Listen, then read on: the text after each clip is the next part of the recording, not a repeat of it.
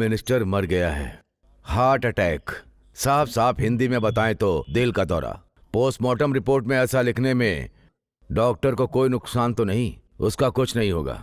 मैं जानता हूं इंक्वायरी की बहुत बड़ी प्रॉब्लम खड़ी हो जाएगी, इसीलिए कह रहा हूं डॉक्टर बस हार्ट अटैक लिख करके कलम को बंद कर दे। Any more doubt? हाँ, ऐसा ही रहना चाहिए। ओके जी नमस्कार। अरे मुझे इतनी इज्जत मत दो यार, चाहे कुछ भी हो। मेरे मंत्री के अंतिम कार्यक्रम के बाद उस सीट पर तुम ही बैठने वाले हो, बैठो। आपकी बात तो सही है नटराज सर। इलेक्शन के वक्त मैं आपका बहुत इंतजार कर रहा था सर। किसने कहा इंतजार के लिए? आप ही ने तो कहा था सर। ऐसा क्या? जो भी चल रहा है उसे चलने दो यार, ये पॉलिटिक्स है। मैं किसी चीज पर ध्यान नहीं देता। ये बहुत नसीब वाला है, बेचारे को सोते वक्त ये भी नहीं पता कि ऊपर वाला कब जान ले लेगा। अरे सर, मंत्री मरने के बाद लोकसभा में एक सदस्य कम हो जाएगा, इसका मतलब गवर्नमेंट के पास मेजोरिटी न होते हुए भी वो सरकार चला रही है। और आज की डेट में अपोजिशन पार्टी को एक सीट जरूर एक्स्ट्रा मिलने वाली है। उसी लिए तो पैदा हुआ है हमारे कृष्णा का बेटा विश्वनाथ। बाई इलेक्शन अगर हार भी गया तो कोई बात नहीं। वो हमें सपोर्ट करेगा क्या? अकेले ही पार्टी से निकल गया, बाप का बेटा है वो। 2 पार्टियों में अकेला ही जीतता है वो। तो क्या हुआ? चीफ मिनिस्टर का लाडला है विश्वनाथ, जरूर सपोर्ट करेगा। ये बात सीएम ने कही है। तो सपोर्ट मिलेगा क्या? आने वाले इलेक्शन में होम मिनिस्टर तुम ही बनोगे। मरे हुए मंत्री के कार्यक्रम को खत्म होने के बाद सब लोग बैठ करके मीटिंग करेंगे। फैसला भी ये नटराज ही करेगा। यही होगा, जो कहा यही होगा।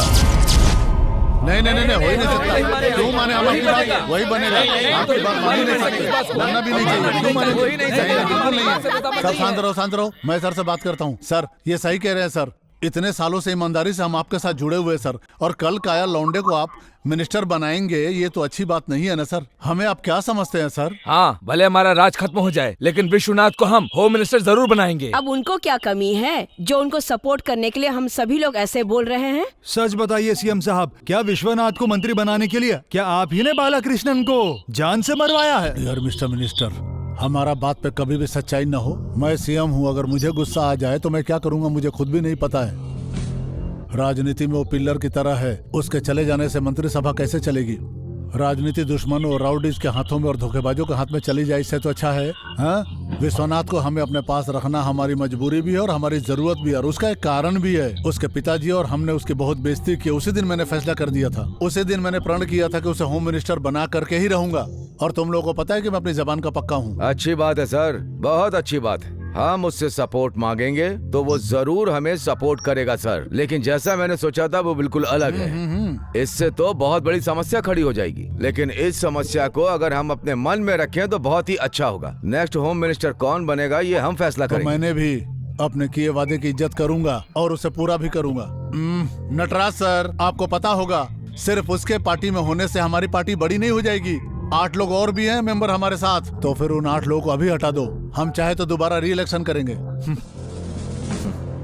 इस पार्टी को कैसे चलाना है मैं अच्छी तरह से जानता हूँ, कोई खिलवाड़ नहीं है ये, और होना भी नहीं चाहिए। आगे की पूरी कार्रवाई और स्ट्रेटेजी मैं बना चुका हूँ। चाहे कुछ भी हो जाए वही बनेगा होम मिनिस्टर। उसके लिए हमने क्या क्या किया ये बात तुम लोग नहीं समझोगे और न समझने की कभी कोशिश करते हो। तुम लोग जानते हो अगर वो होम मिनिस्टर नहीं बना तो हमारा इलेक्शन जितना मुश्किल ही नहीं बल्कि नामुमकिन हो जाएगा। अगर वो हार्ट अटैक से मर गया तो नहीं।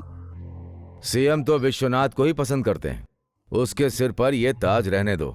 मैं जानता हूँ धोखेबाज है उसका पिता, पर उसको ही रहने दो। क्या कर सकते हैं? उनकी चाहत है तो उन्हें अपने बेटे को ये ताज देने दो। वो कोई छोटा बच्चा नहीं है, उसे वो काम करने दो। क्यों सर, मैंने सही कहा ना? आप उसे ही वो पद दे दो। मैं विश्वनाथ ये शपथ लेता हूँ, तमिलनाडु के मंत्री पद पे मंत्री बनके पूरे तमिलनाडु की सेवा करूंगा और उनकी हिफाजत भी करूंगा। जाति धर्म को ना देखते हुए सबकी एक समान सहायता करूंगा और पूरी ईमानदारी से मेहनत करूंगा। मैं ये शपथ लेता हूँ। मैं वादा करता हूँ कि मैं अपने मंत्री पद का कभी भी दुरुपयोग नहीं करूंगा और आप सभी लोगों की तहे दिल से सेवा करूंगा और आप सभी से जो भी वादे किए हैं उन वादों को पूरा करूंगा और अपने राज्य को एक खुशहाल राज्य बनाऊंगा।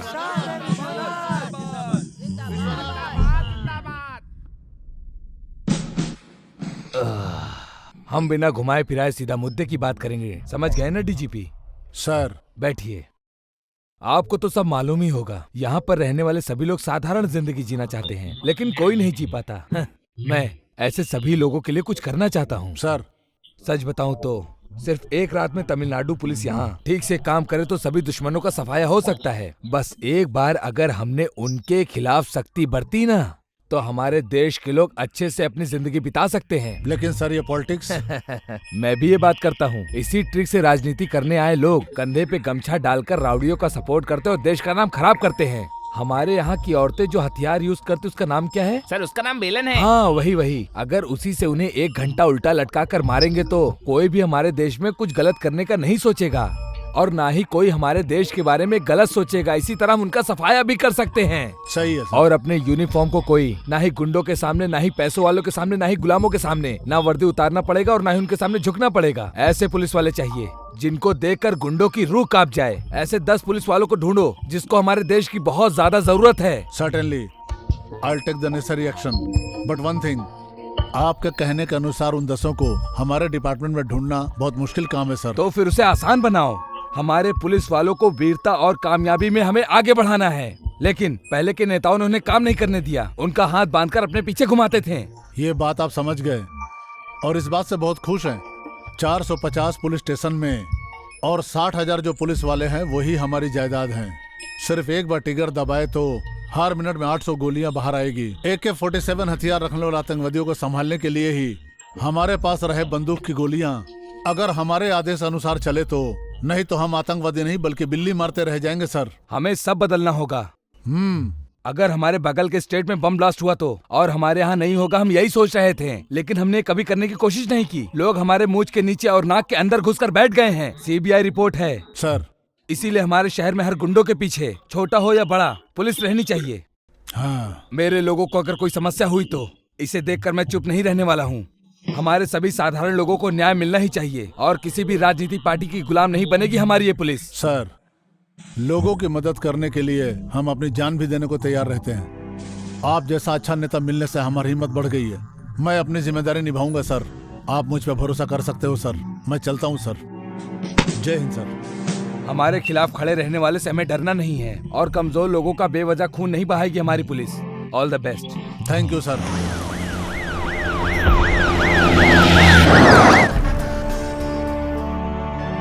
प्रेस वाले अपने TRP के लिए मरे जा रहे हैं। मैं आपके साथ आ रहा हूँ, ये देख लिया तो उनके तो मजे हो जाएंगे लेकिन बाकी मंत्री जलकर मर जाएंगे सर। यहाँ पर जितने भी मंत्री रहते हैं उनके पीछे चलने वाली गाड़ियों का डीजल का खर्चा कम किया तो यहाँ पर रहने वाले सभी गरीबों को सिर्फ 1 किलो चावल हम 1 रुपए में दे सकते हैं। हर मंत्री अपनी गाड़ी पर सायरन बजाते हुए जाता है। वो उनकी गाड़ी है या फिर कोई एम्बुलेंस है। अगर किसी नेता का बेटा गाड़ी में जाता है तो उसके आगे पीछे सिक्योरिटी का बंदोबस्त किया जाता है। अब अगर कोई ऐसा करेगा तो उसे डंडे से मारना, समझ गए ना? खून करने के इरादे से जो निकला है खून ही करेगा। लेकिन किसी ताकतवर आदमी को उसके खिलाफ खड़ा कर दिया तो खून करने वाले को वहाँ से भागना ही पड़ेगा। हाँ, ऐसे को मैं जरूर खड़ा करूंगा। हेलो, हाँ मैं विश्वनाथ। मैं बोल रहा हूँ नटराज। बोलिए ना सर। ये बताओ तुम क्या बिजी हो? बात क्या है वो बोलिए। उम्र कैद में रहे पिछले 5-6 सालों से जो कैदी कैद में हैं, उन्हें रिलीज करने के बारे में जेल रिव्यू कमेटी की रिकमेंडेशन होम मिनिस्टर के पास से आई थी क्या? हाँ। उसके लिए उन्होंने कोई सोल्यूशन नहीं दिया है क्या? लेकिन वो सब भी मर गए थे ना, उनका लिस्ट में नाम नहीं था। उनको रिलीज करने के लिए एक भी नाम लिस्ट के ऊपर मौजूद नहीं था। वन मिस्टर बाल सुब्रमण्यम। बाल सुब्रमण्यम? हाँ, वो बहुत अच्छा इंसान है भाई। अगर तुम चाहो तो। मैं अभी अभी पद पे आया हूँ, फाइल पढ़कर बताऊंगा। क्या हुआ सर बाला सुब्रमण्यम को? तुम उस आदमी को जानते हो क्या? जानता हूँ सर, वो एक आतंकवादी है। मैं नॉर्थ मंडल में आईजी रहते वक्त एक इंस्पेक्टर हुआ था। ये माधव को ट्रैफिक इंचार्ज बनाने के बाद सिटी पूरा ट्रैफिक से बढ़ गया सर। दरअसल सर उस कॉर्नर के पास से रोड डाइवर्ट कर दिया गया है, इसीलिए ट्रैफिक बढ़ गया है।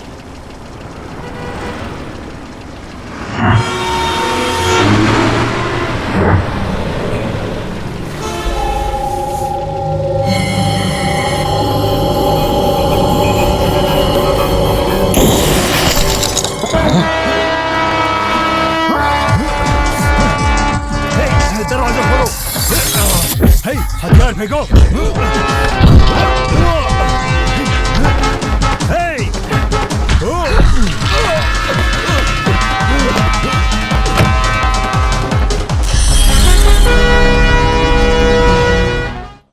अरे स्कूल जा रही हो क्या? हाँ, Tata. Good morning uncle. Good morning. आजा प्यारी बेटी, बैठ जाओ, चलेंगे। वो उठ गया है क्या? उठ गए हैं और पेपर पढ़ रहे हैं।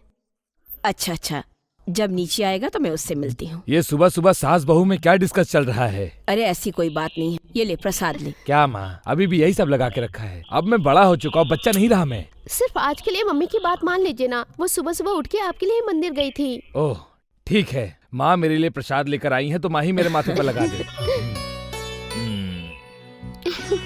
आज का दिन किस लिए खास है पता है? सब दिन की तरह आज का भी दिन होगा। आज का दिन नहीं है, आज तेरा जन्मदिन है। अच्छा, मैं तो भूल ही गया था। गंगा, ऊपर से जाकर मेरी फाइल लेकर आओ, मुझे अभी एक मीटिंग में जाना है। जब देखो आपकी मीटिंग ही रहती है, परिवार के लिए भी आपको थोड़ा सा टाइम देना चाहिए। ये मजाक कर रही है, इसे जाने दो। जन्मदिन के दिन भी मैं अपनी स्टाइल में अच्छा बहुत लगूंगा। अच्छा, कोई भी नजर नहीं लगाएगा, डरना मत। मैंने तुमसे कितनी बार कहा है, जब बड़े बात करो तो बीच में मजाक नहीं करना चाहिए। हाँ, समझ में नहीं आता क्या इसको। तुम दोनों अभी भी बच्चों की तरह लड़ते रहते हो आपस में? हाँ, तुम मिनिस्टर बन गए हो लेकिन अभी भी बच्चे हो। तुम फालतू की बातें बंद करो और जाकर पढ़ाई करो, जाओ। Good morning. अरे आप अचानक यहाँ पर आज कैसे? अब हमारे बीच में प्रोटोकॉल फॉर्मेलिटीज की क्या बात है? हाँ हाँ, ये बात तो बिल्कुल सही कहा आपने। हाँ, मैं तुम्हारा टाइम वेस्ट नहीं करूंगा। कुछ दिनों पहले मैंने तुम्हें एक बात बताई थी। बाला सुब्रमण्यम के बारे में? हाँ। आप इस केस में कुछ ज्यादा इंटरेस्ट ले रहे हैं। नहीं, मुझे उसका एड्रेस पता करना था, उसकी बैकग्राउंड हिस्ट्री, ये उसका पहला अटेम्प्ट कहाँ था, पैसा देकर के उसने पहली ट्रेनिंग कहाँ ली थी, वो जानना है। इंडिया को डराने वाला मुंबई टेरर अटैक में पकड़ा गया अजमल कसाब का भी ये फर्स्ट अटैक है। अरे नहीं, ये बिल्कुल वैसा केस नहीं है, ये बिल्कुल अलग है। मैंने उसे रिलीज कराने के लिए मैंने एक लिखा हुआ पत्र रिव्यू कमेटी को गवर्नमेंट से रिकमेंड करवाया था। उस पर पुराने होम मिनिस्टर ने साइन किया था, लेकिन सॉरी, इस बात के लिए नटराज सर मुझसे यहाँ मिलने के लिए आएंगे, मैंने ऐसा नहीं सोचा था। उसकी सारी डिटेल्स मुझे अच्छे से पता है। जिन लड़कों के पास काम नहीं रहता उन्हें पकड़कर उन्हें आतंकवादी बना देता है और हमारे मशहूर शहर में बॉम्ब ब्लास्ट करवाते हैं। मुंबई में, कश्मीर में, आसाम में, वहाँ पर जैसा किया वैसा ही तमिलनाडु में भी करना चाहते हैं। यही उनका टारगेट है, पर मैं ऐसा होने नहीं दूंगा। ये हमारी पुलिस की इंक्वायरी और पूछताछ ही है सिर्फ। आप तो हमारी पुलिस को बहुत अच्छी तरह जानते हो। चोर को पकड़ने के अलावा सड़क से किसी को भी पकड़ कर ले आते हैं, ये तो उनके लिए छोटी सी बात। प्लीज, इसके बारे में मुझे और बात नहीं करनी। आप जाकर उसके वकील को ये बात समझा देना। वो जितनों को भी सिफारिश के लिए भेजे या जितनों को भी पैसा देगा या जितनी भी गलत रिपोर्ट बनाए और वो रिपोर्ट मुझे दे, लेकिन उस रिपोर्ट पर ये होम मिनिस्टर विश्वनाथ कभी भी साइन नहीं करेगा। So please. बाहर जाने का रास्ता मैं अच्छी तरह जानता हूँ मिस्टर विश्वनाथ। मेरा काम था समझाना, नहीं तो अच्छी तरह समझाना जानता है नटराज। समझ गया ना? चलता हूँ। जरूरत पड़े तो मैं एक रास्ता बता देता हूँ। अचानक से अगर हार्ट अटैक आ जाए तो मेडिकल साइंस में उसे कहते हैं कार्डियक अरेस्ट।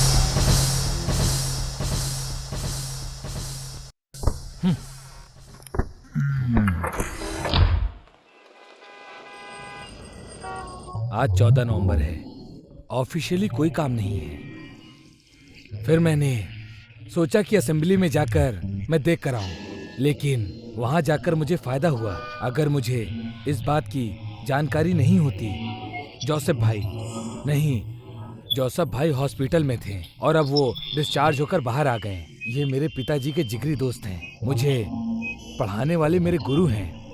फिर भी मैं उनको भाई कह रहा था, क्योंकि मेरे पिताजी जो उन्हें कहते थे मैं भी वही कहता था। फालतू चीजों पर ध्यान ना देकर आगे बढ़ने वाले ये ऐसे इंसान हैं। घर के अंदर बैठकर सूरज को भी ये देखना पसंद नहीं करते हैं। उनके आसपास कोई रिश्तेदार ना हो, यही सोचकर ये अकेले जीवन व्यतीत करते हैं। ये अकेले शेर हैं। अंदर आजा भाई। मिनिस्टर को बात करने के लिए टाइम हो तो बात कर सकते हैं। पीने के लिए यहाँ पे सिर्फ पानी और कुछ भी नहीं है। तुम बिजी हो, पूरा स्टेट घूमने से तुम्हें फुर्सत कहाँ है? इस बुढ़े से मिलने के लिए आज इधर का रास्ता कैसे भूल गए मिनिस्टर साहब? मुझे आज ही पता चला कि आप डिस्चार्ज हुए। बाहर कभी भी नहीं गए, ऐसा रहे तो ऐसा ही सोचा होगा। 70 सालों से मुझे बोनस अलाउंस के अलावा कुछ भी नहीं मिला है। अभी दोबारा अटैक आए तो मैं जरूर चला जाऊंगा, फिर तुम्हें मुझसे मिलने के लिए शमशान ही आना पड़ेगा। मेरी बात मानिए, आप किसी अच्छे से डॉक्टर को दिखाकर अपना इलाज करवाइए। इन सब की क्या जरूरत है? मुझे जिंदगी से तंग आ गया हूँ। आहा, तुम इस लाल बड़ी गाड़ी से आए हो? पुलिस के साथ नहीं आए क्या? मैंने मना किया था। ओ न्याय, आज के जमाने में भला कहाँ मिलने वाला है? वैसे भी कोई है क्या? इस शहर में न्याय के रास्ते पे चलने वाला कोई है भी क्या? तुम्हें जिंदगी जीना सीखना चाहिए। तुम्हारे पास सारी सुख सुविधाएं हैं, उसका इस्तेमाल करना चाहिए। मदद करने वाले और साथ देने वाले लोगों को तुम्हें भूल जाना चाहिए। रिश्ते नातों को छोड़ देना चाहिए, तब कहीं जाकर के तुम बड़े मंत्री कहलाओगे। इसके अलावा और कोई भी रास्ता नहीं है। और अगर तुमने गलती की तो तुम्हें कुत्ता भी नहीं पहचानेगा। ये है पार्टी और पार्टी का न्याय। अच्छा ही नहीं होना चाहिए। मेरी बात मानिए, आप तकलीफ मत उठाइए। जाने दो, जाने दो। तुम्हारे ऊपर तुम्हारा पिता, जो जिंदगी में कभी किसी से नहीं डरा था, तो तुमसे क्या डर जाऊंगा मैं? सबसे पहले गरीबों की मदद करने के लिए आगे आने वाला मैं, फिर पार्टी के आगे बढ़ने के बारे में सोचने वाला, लेकिन सबने मिलकर मुझे जेल भिजवा दिया था। इल्जाम लगाया कि मैंने लोगों के खिलाफ गलत कदम उठाया। बचपन से पार्टी के भले के लिए सोचा और धोखेबाज कह के मुझे पार्टी से बाहर निकलवा दिया गया था। जो लोग मुझे अच्छी तरह से जानते थे उन लोगों ने ही मेरा पूरा सपोर्ट किया था। पद के लिए मैं कभी कुछ नहीं सोचा था। उस वक्त पुलिस के मार से मुझे कभी पानी भी न मिले ऐसा बंदोबस्त किया था लोगों ने, लेकिन फिर भी मेरे हौसले में कभी कोई कमी नहीं आई थी। कौन क्या है उसी दिन देख लिया था मैंने। तुम्हारे पिता को कभी न्याय नहीं मिला, इसलिए उसकी जीत की शक्ल में तुम हो। ये मत भूलना तुम बेटा। नहीं जोसेफ भाई, मैं ये कभी नहीं भूलूंगा। मैं अपने जिगरी दोस्त के बेटे से सिर्फ एक बात करना चाहता हूँ। कोई भी हिसाब किताब में धोखा ना करने वाले तुम्हारे पिता के मन में एक बात हमेशा आती थी कि हमारी कॉलोनी में रहने वाले सभी गरीबों को न्याय मिलना चाहिए, लेकिन चाल चल करके तुम्हारे पिता को पार्टी से निकाल दिया गया था। तुम्हें उसको ठीक करना है, और इसी बात को नियम बना करके अगर तुम अपने रास्ते पे चलोगे तो तुम बहुत जल्द ही कामयाब हो जाओगे बेटा।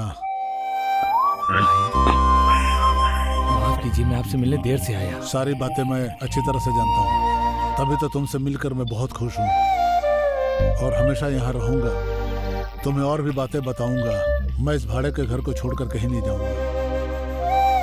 मैं चलता हूँ। जा बेटा।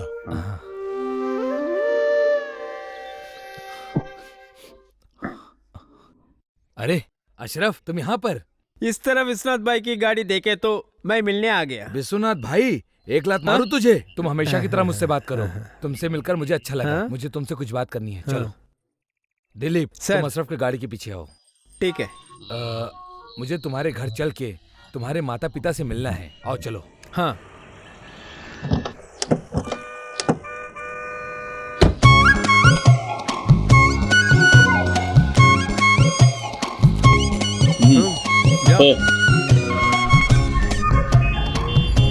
पुलिस की चेकिंग चल रही है।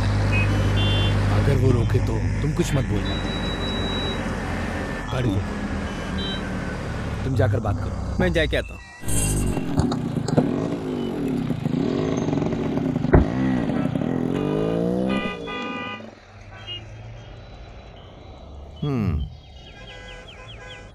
गाड़ी का इंश्योरेंस तो खत्म हो गया है। आज मिडनाइट तक है सर, मैं कल भर दूंगा सर। हैं? ये तो तुम्हारी जिम्मेदारी थी, तुम्हें देखना था। हाँ वो बात तो है सर, मैं भर दूंगा। अरे 50 रुपए देकर चला जा भाई। रिश्वत देने पड़ेगा। हैं? तो क्या बिना इंश्योरेंस के गाड़ी चलाओगे? आज मिडनाइट तक इंश्योरेंस का टाइम है सर, तो मैं आपको क्यों पैसा दूं? पुलिस से ऐसे बात करते हैं क्या? वो देखो, वो ट्रक आ रहा है ना, वो राज सर का ट्रक है, उसे रोको नहीं, जाने दो। ठीक है sir.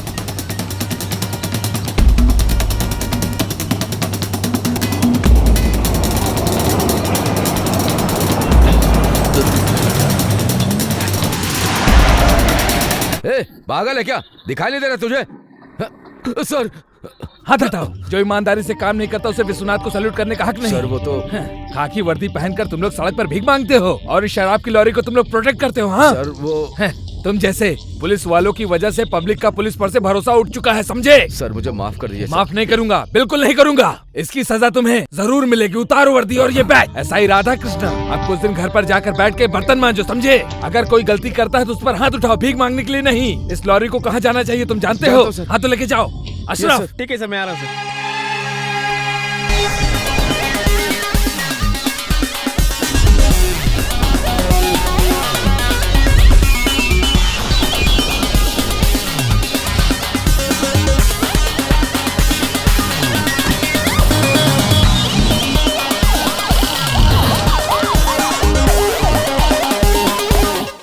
Sir, may I come in? Yes come इन।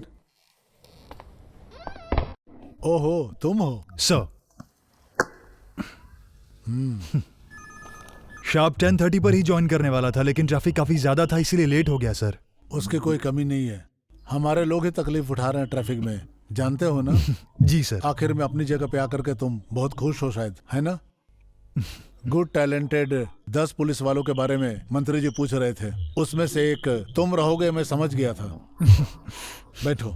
पिछले मंत्रियों ने तुम्हारे साथ बॉल की तरह खेला है, मैं अच्छी तरह जानता हूँ। तुम्हारा ट्रांसफर यहाँ से वहाँ, वहाँ से यहाँ, फिर यहाँ से वहाँ किया, मुझे पता है सब। अरे वहाँ तो क्या, मैं तो देश के किसी भी कोने में जाने के लिए तैयार हूँ सर। जनता की सेवा के लिए ही तो मैंने ये यूनिफॉर्म पहना है।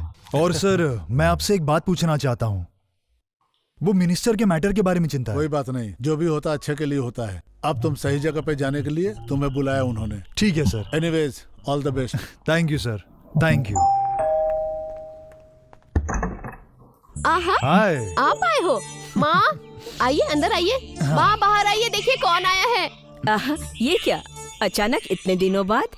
हम जैसे ड्यूटी करने वालों को गवर्नमेंट कहाँ एक जगह काम करने देती है, बार बार ट्रांसफर कर देती है। वैसे सर कहाँ है? वो अपने कमरे में है। और हाँ, जब तुम आए हो तो खाना खाकर ही जाना। जी नहीं, आज नहीं, वो तो सर ने मुझे अर्जेंटली मिलने के लिए बुलाया तो मैं आ गया। ओहो, वो कहेंगे तभी आप हमारे यहाँ आएंगे क्या? अरे मैं ऐसा नहीं कह रहा हूँ, किसी और दिन आकर खाऊंगा, अपना ही तो घर है। इस तरह मुफ्त का खाना पुलिस वालों को नहीं खाना चाहिए। तुमने क्या कहा? तुम्हारे साथ जिसने पढ़ाई की मैं वही विश्वनाथ हूँ। मैं यहाँ का होम मिनिस्टर हूँ। ओह सॉरी सर, गलती हो गई, माफ कर दीजिए। ये न्यूज़पेपर पढ़ना नहीं जानता। माँ, ये खाना खा के ही जाएगा। आप तैयार करिए, आता चलो। हूँ। ठीक है। बैठो। क्या हुआ? मैं तुझे सैल्यूट करना चाहता हूँ यार। बहुत गर्व हो रहा है तुझे देखकर। कॉलेज के टाइम से ही तो कलेक्टर बनना चाहता था और आज देख बन गया, इसीलिए बहुत प्राउड फील हो रहा है। और तुम पुलिस बनना चाहते थे? हाँ, तुझे सैल्यूट करने वाला पुलिस, लेकिन तू कलेक्टर नहीं बना। तू तो कलेक्टर को ऑर्डर देने वाला मंत्री बन गया है। तुझे तो सैल्यूट करूंगा। हे, बैठो। सब कुछ सही तो चल रहा है ना? तुमने अचानक से मेरा ट्रांसफर यहाँ क्यों करवाया? एक सीरियस बात है यार, वो मेरे डिपार्टमेंट की बात है, इसीलिए मैं कुछ समझ नहीं पा रहा हूँ। सेंट्रल जेल में कुछ ना कुछ तो गड़बड़ चल रहा है। उसी के संबंध में कुछ गुनहगारों की रिपोर्ट मुझे मिली है। ये सब बिहार में हो रहा था ऐसा मैंने पढ़ा, लेकिन ये तो यहाँ भी शुरू हो गया। मुझे इस बात का यकीन नहीं था, लेकिन मुझे यकीन करना पड़ा। हमारे जेल के अंदर के कुछ अधिकारियों की मदद से रात के अंधेरे में कुछ गुनहगारों को बाहर भेजकर उनसे मर्डर कराया जा रहा है। उनमें से कुछ लोगों को उम्र कैद की सजा मिली है और कुछ को कत्ल की। यही सब कैदी इसमें शामिल है और उनकी खबर न्यूज में भी आई है। रात में ये लोकल गुंडों के साथ अपना काम करते हैं और सुबह फिर वापस जेल में आ जाते हैं। इन सब का अंत करना ही होगा। तुम चिंता मत करो, तुम बस ऑर्डर करो, मैं और मेरा पूरा डिपार्टमेंट तुम्हारे साथ है। लेकिन उस क्रिमिनल के साथ भी बहुत से पुलिस वाले मिले हैं, इसलिए हमें बहुत होशियार रहना होगा। हमें कैसे भी करके इन लोगों को रोकना ही पड़ेगा। हमारे शहर की शांति बिगाड़ने वाले लोगों को मैं कभी नहीं छोड़ूंगा।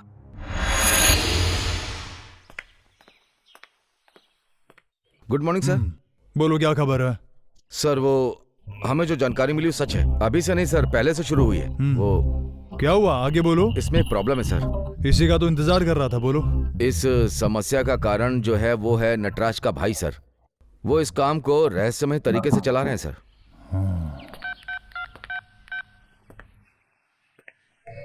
Hello hello.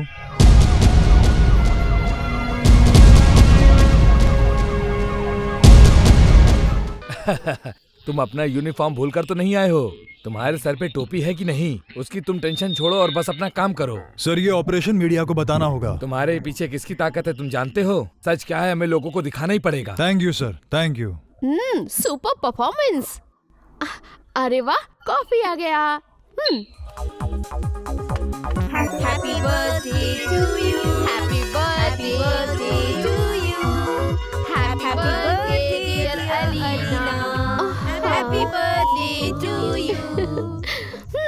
ये तो मैं समझ गई थी, तुम सब यहाँ कुछ न कुछ प्लान करके आए हो। सही कहा ना? तू तो सोच ही नहीं सकती कि क्या प्लान किया है। क्या प्लान है? तुम जिससे शादी कर रही हो मिनिस्टर के साथ रहने वाला एक ऑफिसर है, इसलिए ये पार्टी ग्रैंड होनी तुम चाहिए। सिर्फ कॉफी पिला रही हो, बहुत कंजूस हो तुम। ओके ओके, वो सब करूंगी। पहले ये कॉफी पी के रिलैक्स हो जाओ तुम सब। आप जिस नंबर पे अभी कॉल कर रहे हैं वो स्विच ऑफ है। क्या हुआ, फोन नहीं लग रहा है क्या? कैसे लगेगा, बहुत बड़ा आदमी है, कहीं ना कहीं काम में बिजी होगा, है ना? चुप कर। मैं आपको कॉल कर रही थी, कहाँ हैं आप? मैं भी आती हूँ। मैंने आपको कितनी बार कॉल किया, आपका फोन ही नहीं लग रहा था। आज कौन सा दिन है पता है आपको? तुम भूल सकती हो लेकिन मैं नहीं भूल सकता। सुनो, मैं तुमसे मिलने आ रहा हूँ। हे, आपने तो कहा था अगले फ्राइडे को आओगे। सच बताओ, मुझे बेवकूफ तो नहीं बना रहे हो? मैं इसी शहर में हूँ। What? आज सुबह ही मैंने चार्ज लिया है। कहाँ हो तुम? मैं तुमसे अभी मिलना चाहती हूँ। क्या कहा? मैं IPS ऑफिसर इकबाल हूँ, कोई आम आदमी नहीं जिससे जब चाहे तब मिल लोगे। ठीक है, ड्यूटी खत्म करके ही मुझे फोन करना। ओके। अच्छा सुनो, तुम्हें बर्थडे का एक सरप्राइज गिफ्ट देने वाला हूँ। क्या है? कहाँ है सरप्राइज? तुम्हारे चैनल का कैमरा लेकर एक जगह पर पहुँचो, वहाँ पर तुम्हारे लिए एक हॉट न्यूज इंतजार कर रही है। Okay okay dear. Sorry friend, मुझे एक इम्पोर्टेंट काम आ गया, मुझे जाना होगा। वो मेरा बर्थडे गिफ्ट रेडी है ना, उसके लिए मेरा जाना जरूरी है। मैं बाद में कॉल करूंगी, उसके बाद हम सब मिलेंगे। Bye bye.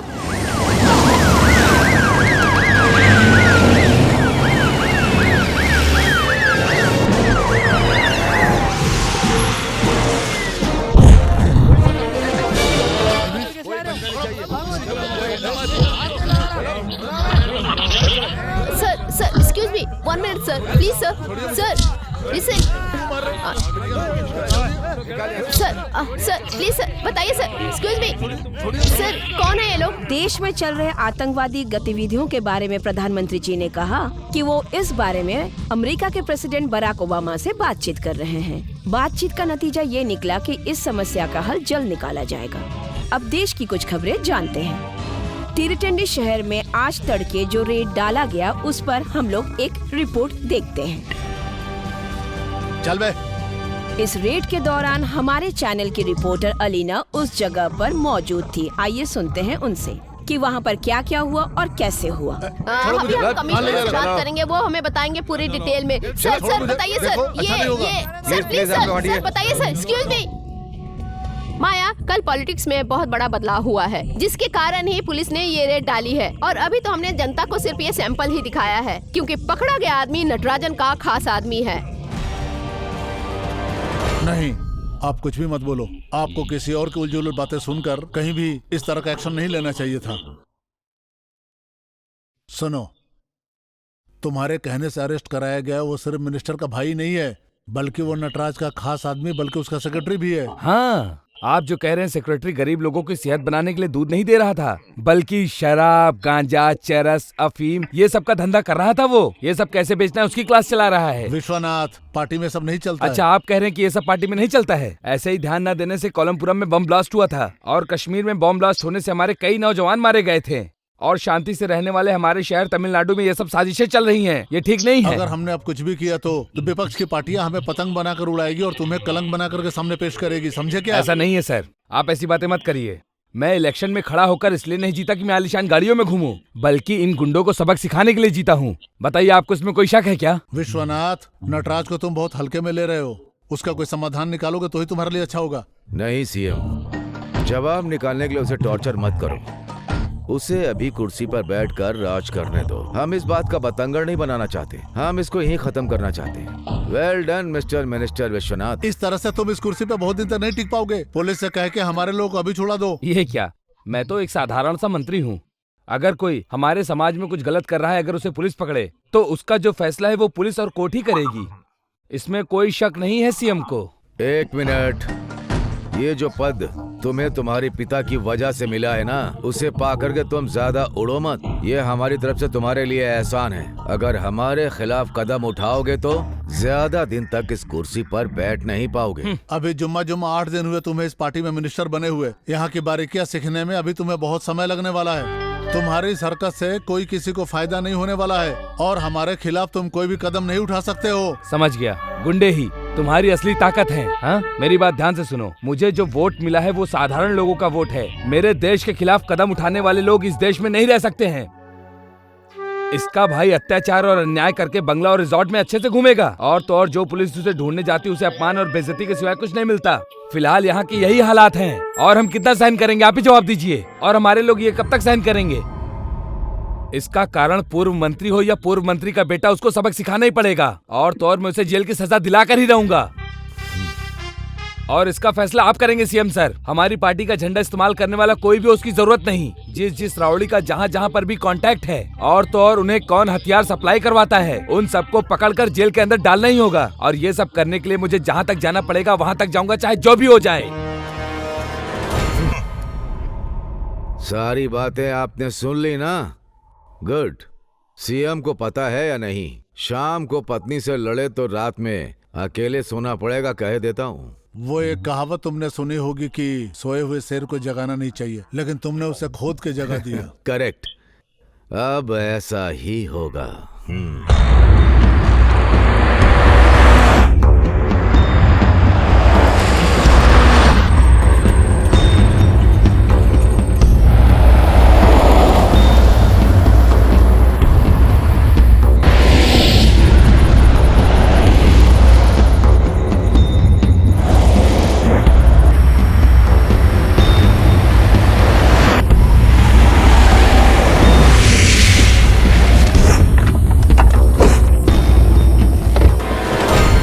चलो बाहर उतरो, गाड़ी की तलाशी लेनी है। किस लिए सर? बताऊंगा तभी गाड़ी से उतरोगे। पिताजी बीमार हैं, उन्हें हॉस्पिटल लेकर जाना है। अच्छा, इस रास्ते से कौन सा हॉस्पिटल आता है? वो क्या है सर, सिटी हॉस्पिटल में सर। इस घने जंगल में सिटी हॉस्पिटल ढूंढने निकले हो तुम? हाँ,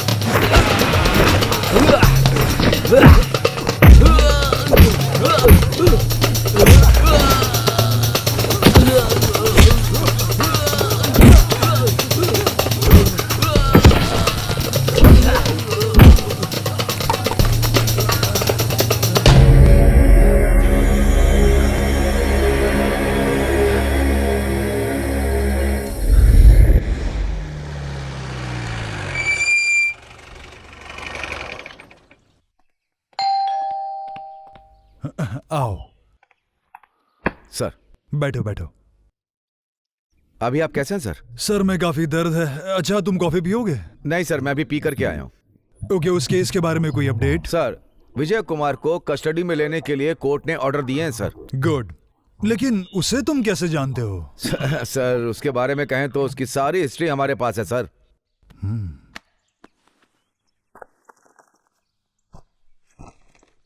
सर, वो 10 से लेकर के पीजी तक स्टेट लेवल रैंक होल्डर था। उसके बाद उसने जर्नलिज्म किया, फिर कुछ दिन प्राइवेट कंपनी में काम किया। 9 महीने काम करके नौकरी को छोड़ दिया। उसके बाद क्रिश्चियन कॉलेज में पार्ट टाइम 1.5 साल तक काम किया।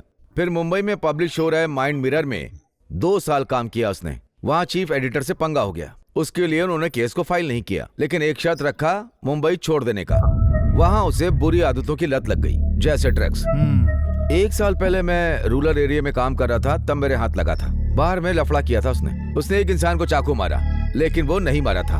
मैंने जब उसे पकड़ा था, उसके हाथ में ड्रग्स था। उसकी जमानत देने के लिए कोई नहीं आया। वो अभी तक जेल में ही है सर। वो फोन उठाकर देखो किसका है। हेलो। हाय मेरे प्यारे पुलिस, कहाँ हो तुम अभी? कल गुंडों के साथ तुमने क्या खेल खेला? बहुत मजा आया मुझे। मैं सर को देता हूँ। सर। अरे हेलो, कम से कम तुम अपना मोबाइल फोन तो खुद उठा लिया करो। उसके लिए असिस्टेंट रख लिया क्या? तुम फोन कहाँ से कर रहे हो? आसमान से। मैं इतनी दूरी पे रहती हूँ ना, इसलिए।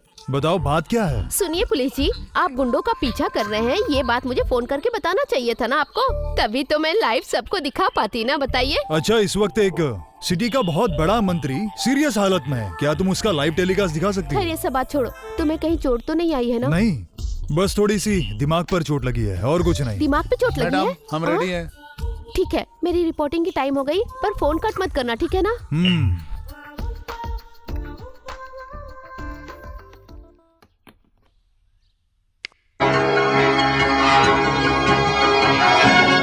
नमस्ते, मैं एलिना एंटोनी आप सबका स्वागत करती हूँ। सिटी पुलिस कमिश्नर ने जो कल रेड डाली थी, उस रेड में 2 गुनहगारों ने पुलिस वालों पे हमला किया है, ऐसी हमें जानकारी मिली है। उन लोगों पे डकैती, हत्या के बहुत सारे आरोप हैं। ये लोग पुलिस से बहुत पहले ही बच के भाग रहे थे। इसके बारे में जानकारी देने के लिए पुलिस कमिश्नर हमारे साथ लाइन पे है।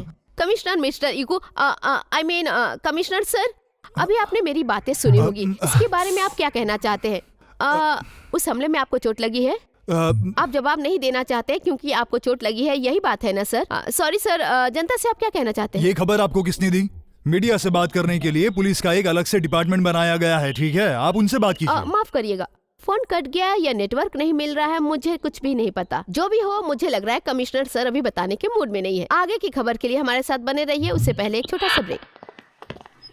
सर, ये तो ड्रग और शराब पी करके पड़ा है, और काफी टाइम से ये तो बेहोश भी पड़ा हुआ है। सर, आप इसको कोर्ट कैसे ले जाएंगे बताइए? ये हमें पता है। Liquor always speak the truth. शराब पीने के बाद आदमी सच बोलता है। ऐसा हो तो सबको आदर्श बार में ले जाकर पिलाना पड़ेगा सर। सच अपने आप बाहर आ जाएगा, हमारी मेहनत भी बच जाएगी सर। चलो चलो, मजाक मत करो, कोर्ट का ऑर्डर फॉलो करो। चलो अब जल्दी से लॉकअप को खोलो। चलो।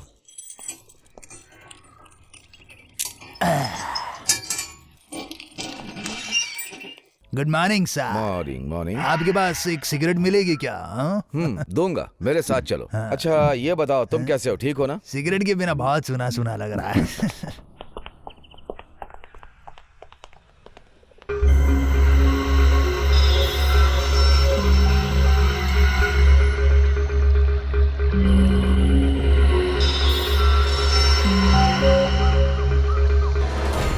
तुम्हारी सर्विस और कितने सालों तक है? 3 साल बाकी है सर। तुमने काफी अच्छी तरीके से अपनी सर्विस निभाई है, और अब वक्त आ गया है कि तुम्हें एक अच्छा अवार्ड मिले। तुम डिजर्व करते हो।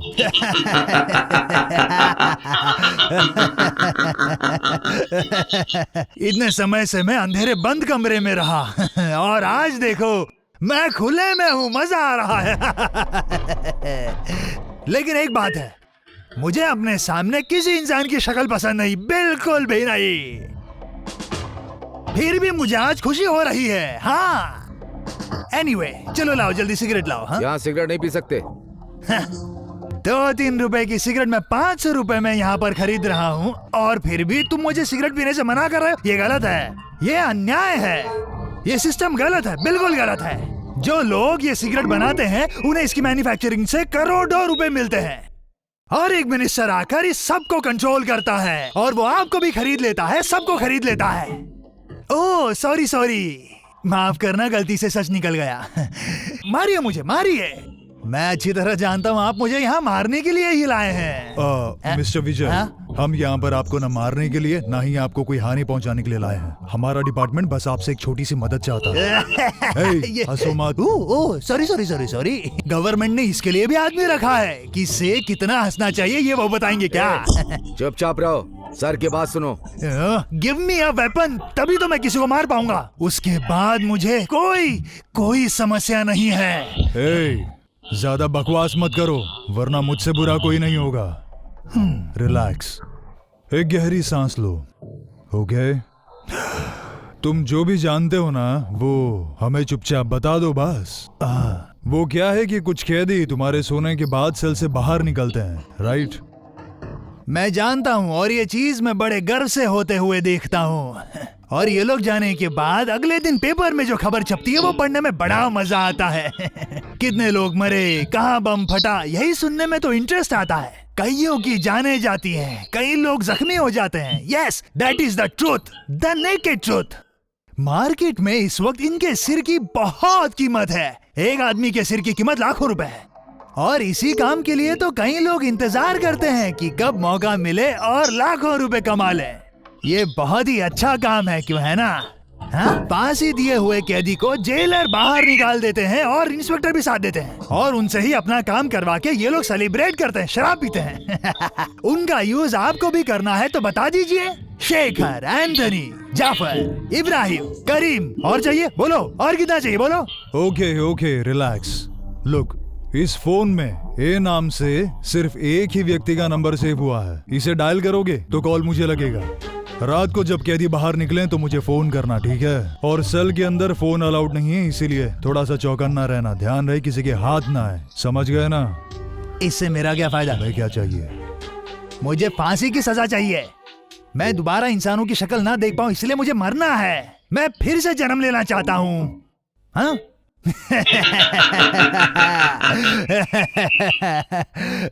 If I am dead, तो क्या आप लोग मेरे अंतिम संस्कार के लिए आएंगे? मैं तो यही सोच रहा हूँ।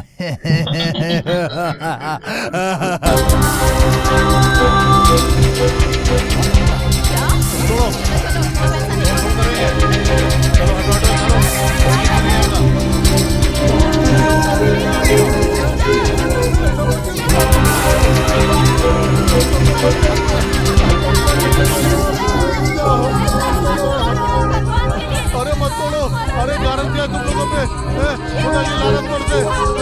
अरे दया करो, अरे उसको उसे कोई देखो तोड़ रहा है। अरे रोको रे, अरे बर्बाद हो गया रे। मत तोड़ो।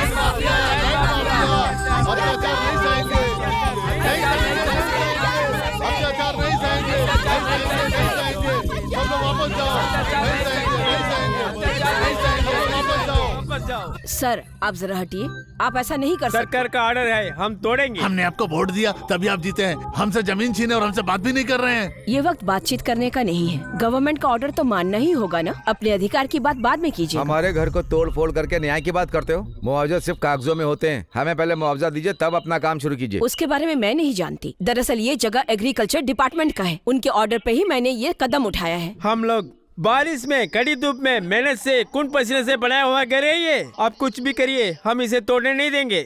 कलेक्टर मैडम, जितनी जल्दी आप यहाँ से चली जाएंगी आपके लिए अच्छा होगा। नो, ये मेरी ड्यूटी है। आप लोग ये जगह खाली कर दें। हम ऐसा नहीं होने देंगे। अब आप सुनिए, कृष्णा भाई के वक्त शुरू हुआ है समस्या।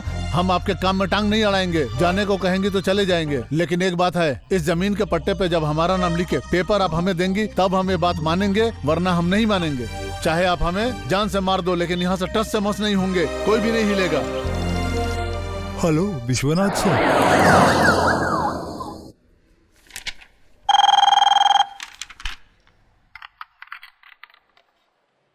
हाँ बोलो। अरे नहीं, मेरी बात सुनो। सीधे जाकर अटैक मत करना, पहले सॉफ्ट बात करने की कोशिश करना। फिर अगर वो ना माने तो लॉ एंड ऑर्डर कैसे चलाया जाता है इस बात को अच्छी तरह याद रखना। डराने के लिए 2 बार ऊपर गोली चला देना और उसके बाद गरीब लोगों के सीने पे तूने लात मारा है। हाँ? मिस्टर विश्वनाथ। हाँ मैं हूँ।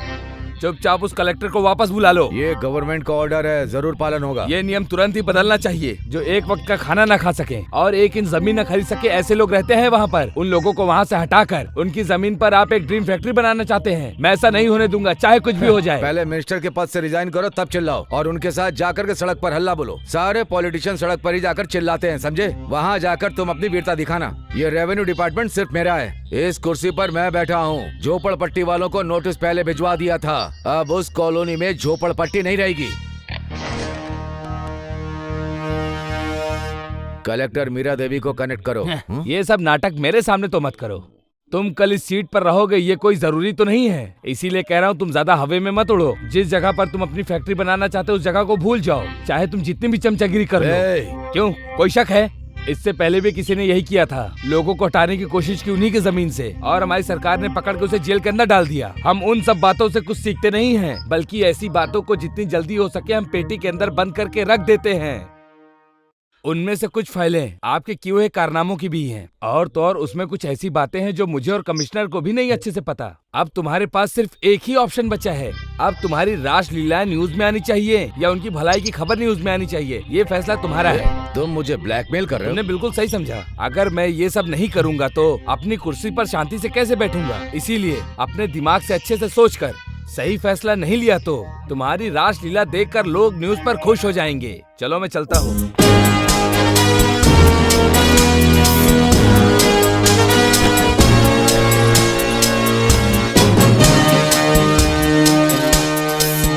मुझे सीएम से बात करनी है।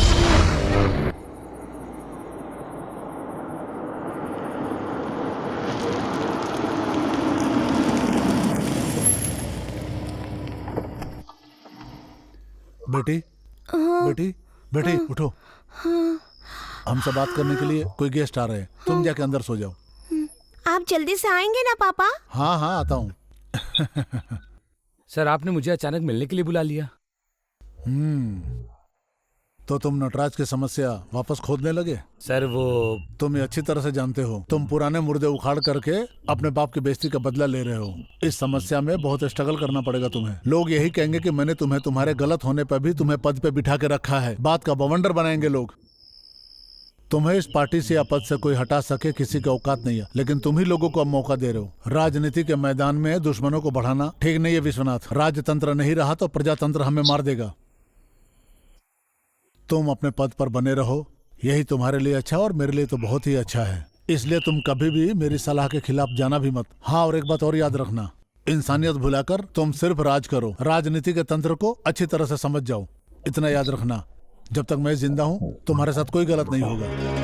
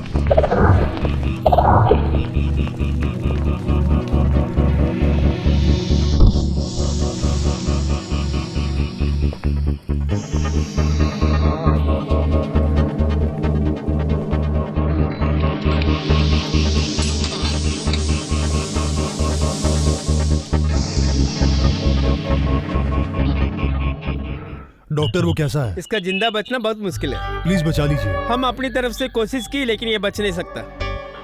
My God. सर अंदर मत जाइए प्लीज प्लीज डॉक्टर। हे, मेरी बात सुनो। शेखर आंखें खोलो। शेखर, मेरी बात सुन पा रहे हो तुम? शेखर,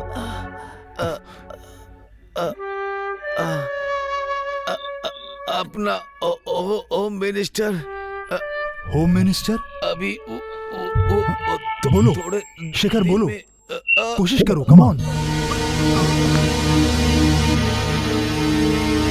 शेखर,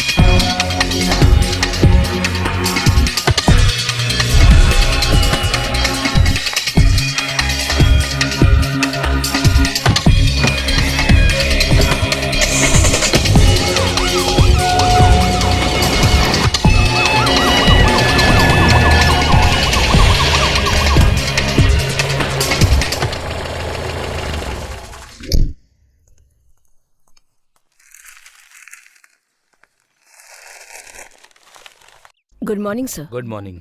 आप खड़ी क्यों हैं? आइए बैठिए। मैंने आपको क्यों बुलाया जानती हैं? सर। तो ठीक है, आप मेरी मदद करिए। कहिए ना सर। बात कुछ नहीं है, अगर सही कहूं तो बात उस कॉलोनी के बारे में है। उस कॉलोनी की जो फाइल है वो काफी दिनों से आपकी टेबल पर पड़ी हुई है और आपको उस पर एक्शन लेना है। तिरुवल्लुर से तिरतनी के बीच में सरकार की जो जगह है वो 66 एकड़ में है। उन लोगों को वो जगह दे दीजिए। इस तरह से उन लोगों से जगह छीनना ये बिल्कुल भी अच्छी बात नहीं है। सर आप ये उन्हें लिखित में दे दीजिए और फाइल को क्लोज कर दीजिए। लेकिन वो नो, ये मेरा ऑर्डर है। कल ये सब चीजें न्यूज में आनी चाहिए। ये मेरा ऑर्डर है। आप क्या सोच रही हैं? लेकिन सर बस्ती तो तोड़ने का ऑर्डर है। पता है, उसके कोई भी खिलाफ नहीं है, बस इसके बदले में उन्हें वो जगह देनी है। वहाँ पर रहने वाले गरीब लोगों की वो जगह एक दुल्हन की तरह है। वहाँ जो प्रोजेक्ट शुरू हो रहा है उसे ना रोकने के लिए हमारे पास यही एक रास्ता है। अगर आपको कोई भी प्रॉब्लम हुई तो बिल्कुल भी डरिएगा मत। आपके साथ ये विश्वनाथ है।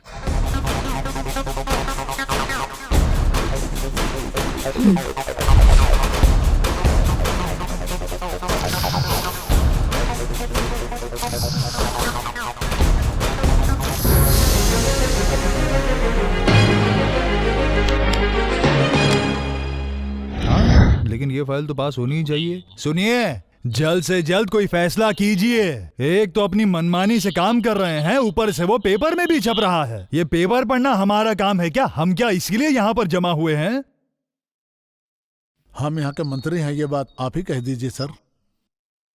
हम इस लेडी कलेक्टर को ही गलत मानते हैं। यहाँ पर चीफ मिनिस्टर है, हर डिपार्टमेंट का अलग अलग मंत्री है, कोई ऑर्डर दिया तो किसी से कुछ पूछे बिना साइन कर देगी क्या? मंत्री महोदय, आप जरा इज्जत से बात करें। सुनो, ये आखिर क्या बात कर रही है? हैं? एक IAS ऑफिसर के साथ इस तरह अपमानजनक बातें करना आपको शोभा नहीं देता। यहाँ के CM को मैं अच्छी तरह से जानती हूँ, लेकिन मिनिस्टर साहब ने मुझे जो कहा मैंने वही किया है। अपनी मनमानी करके तुम साइन कर रही हो, IAS पद का फायदा उठा रही हो। मिस्टर नटराज, एक कलेक्टर साहब इस तरह बात नहीं कर क्यों? सकते। ये अपना अधिकार लेकर के मुझे फांसी पर लटका देगी क्या? सिर्फ एक फोन कॉल गवर्नमेंट सेक्रेटरी को नहीं कर सकती है क्या? ये एक छोटा सा काम भी ये नहीं कर सकती? तो CM साहब आप बताइए, इस घटिया काम के लिए आप क्या जवाब देंगे? बताइए। अरे इस बात का जवाब CM सर नहीं देंगे यार। अरे वो तो होम मिनिस्टर बनाने के लिए भी किसी से कोई चर्चा नहीं करते हैं। हाँ, लगता है कि वो और चीफ मिनिस्टर मिलकर कोई नाटक कर रहे हैं। किससे क्या बात करना चाहिए इतनी भी तमीज नहीं है। अपने पद और अपने डिसीजन की गरिमा तुम लोगों से नहीं हो रहा और मैं कर रहा हूँ तो भी तुम लोगों को तकलीफ हो रही है क्या? मैं कर सकता हूँ। ये प्रूफ करिए। ये बात जो बाहर आई है उसका कारण और मंत्री सभा के खिलाफ इसने सवाल किया है। आप विश्वनाथ पर एक्शन लीजिए। आप राज्य के CM हैं, आप जवाब दीजिए। क्या नटराजन सर, आप कैसे इस तरह की बातें कर सकते हो? उसके खिलाफ हम एक्शन लिए तो वो हमें सपोर्ट नहीं करेगा। सही तो कहा, अगर मंत्री सभा में इस बात को हम लोग नहीं मानेंगे तो कैसे चलेगा? नहीं, मैं अगर अपनी कुर्सी पर बैठ गया तो 5 साल के बाद ही उतरूंगा, चाहे कुछ हो जाए। उसको मरवा कर उसके इलाके में बाई इलेक्शन भी करवाना पड़े। मिस्टर नटराजन। नमस्ते। व्हाट फुलिशनेस, व्हाट रविश। आप क्यों बिना सोचे समझे काम करते हो? इस सभा में सभी लोग दिमाग से गए गुजरे हैं क्या?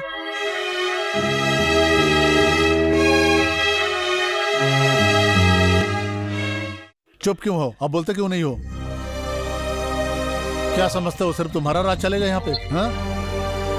क्या समझते हो अपनी मनमानी करोगे? लेडी कलेक्टर की बेइज्जती करोगे? नहीं, इट्स इम्पॉसिबल।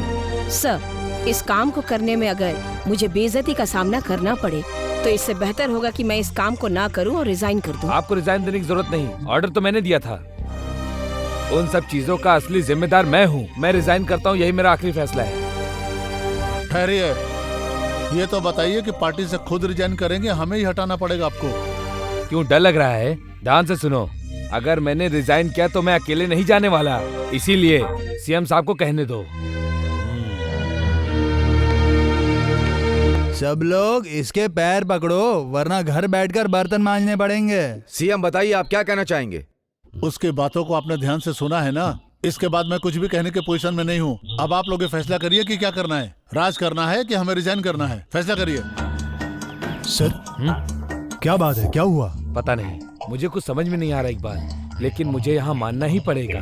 कलेक्टर को जो ऑर्डर दिया था वो मैंने ही दिया था। तुम्हें पता है जो आया है वो हूबहू बिल्कुल मेरी जेरॉक्स कॉपी लगता है। ये मैंने कलेक्टर की आंखों में देख लिया था। ये कैसे हो सकता है? आप जैसा कैसे दिख सकता है? और मुझे यकीन नहीं हो रहा है कि कलेक्टर भी उसे पहचान नहीं पाया। यकीन करना ही पड़ेगा। होम मिनिस्टर विश्वनाथ होते हुए भी मैं कल उस गेस्ट हाउस में नहीं गया था, और तो और कलेक्टर मीरा देवी से मिला भी नहीं। वो कौन, उसे ढूंढ के निकालना ही होगा।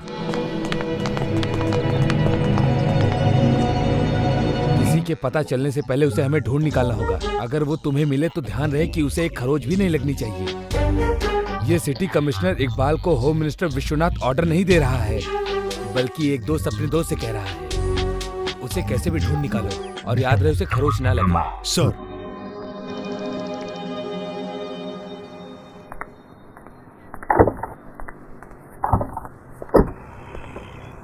अरे क्या हो गया? जल्दी ठीक करो ना। क्या करा हुआ कुछ पता नहीं चल रहा। क्या खराब हो सकता है? हाँ, जल्दी करो। हाँ, तुम्हें कुछ नहीं आता क्या? टाइम पे ऑफिस नहीं पहुंचे तो नौकरी चली जाएगी। हाँ?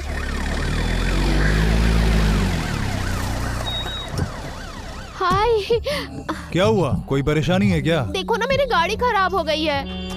ये कब से ट्राई कर रहा पर ठीक नहीं हो रही। अच्छा हुआ कि तुम मिल गए, मैं तुम्हारे साथ ही आती हूँ। तुम गाड़ी ठीक करवा के डायरेक्ट चैनल में आ जाना। सर के साथ मेरी शादी होने वाली है ना। हाँ, इसे पकड़िए जी।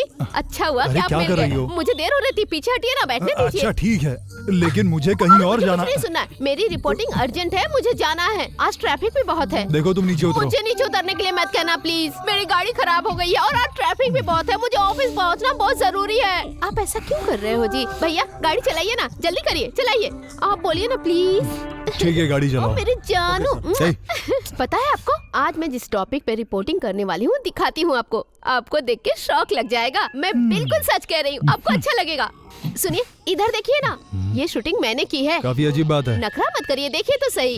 होम मिनिस्टर की तरह दिखने वाला आदमी हमारे शहर में कारनामे कर रहा है।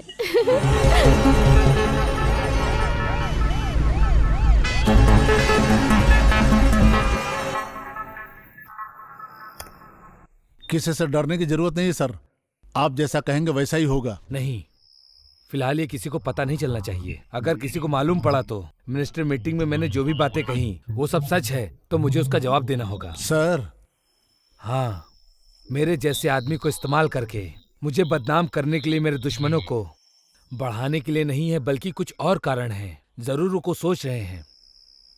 इसका हमें पता लगाना होगा। सर, इन सब के पीछे उन तमाम मंत्रियों की ताकत है जिसकी बदौलत हुआ है। It's too dangerous. आपके बारे में जानकर सब कुछ कर रहा है वो। एक बहुत खतरनाक और सॉलिड प्लान बनाकर बैठा है वो। बहुत दिमाग वाला है सर। ये बात मुझे भी समझ में आ रही है। सर, ये देखिए सर, ये पूरा वेल प्लान था, इस बात का सबूत है। मिनिस्टर के ऑफिशियल एड्रेस से कलेक्टर को ये गया है और गेस्ट हाउस में अपॉइंटमेंट फिक्स हुआ है। सिर्फ इतना ही नहीं, इस लेटर में कॉन्फिडेंशियल मैटर भी डिस्कस किया गया है। वो भले ही दो लोग हैं, लेकिन अंदर से कोई ना कोई उनकी मदद जरूर कर रहा है। सर, इस मामले में मैं और मेरे पुलिस वाले और डिपार्टमेंट एक हद तक ही आपकी मदद कर सकता है सर। नो, डिपार्टमेंट की तरफ से नहीं, ये काम आप लोग खत्म करो। मिस्टर इकबाल, मुझे पता लगाना है कि वो आखिर ये सब क्यों कर रहा है। अभी तो फिलहाल वो कहीं छुपा हुआ है, लेकिन जल्द ही हमारे डिपार्टमेंट के हाथ लगेगा और उसके बाद हम जल्द ही उससे सच उगलवा लेंगे। चिंता मत कीजिए, वो मुझसे बचकर कहीं नहीं जा पाएगा।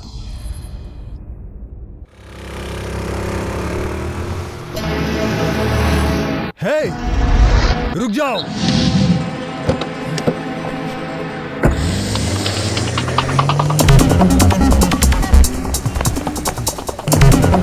पुलिस,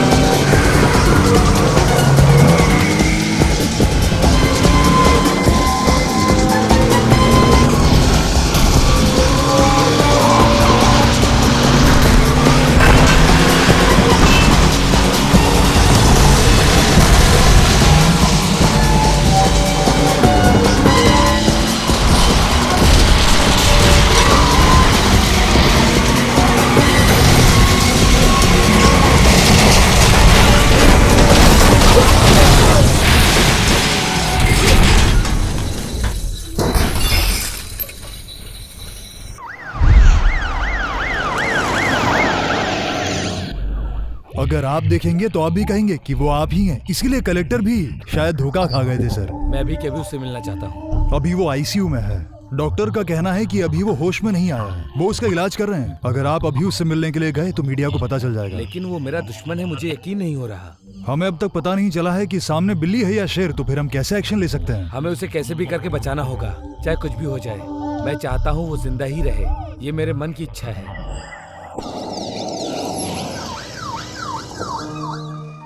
अरे तुम कहाँ जा रही हो? ये कहाँ जा रही है माँ? तुम्हें तो अपनी ड्यूटी की पड़ी रहती है, इसलिए वो अपने मायके जा रही है। हाँ तो बता के जाना चाहिए था। माँ जी, क्या हुआ? बहू के पिताजी बीमार है, इसलिए घर से फोन आया था। इससे कहा कि मेरे साथ चलो, उनकी तबीयत खराब है, वो हॉस्पिटल में एडमिट है। कुछ देर पहले ही हुआ है हाँ, यही 10 मिनट पहले। फिर क्या हुआ? फिर क्या, उससे कहा कि मेरे साथ चलो, लेकिन वो गया नहीं तो वो खुद चली गई। ये तो हमेशा ही चलता रहता है, इसको ड्यूटी से कभी फुर्सत तो मिलती नहीं है, घर परिवार की कोई फिक्र नहीं।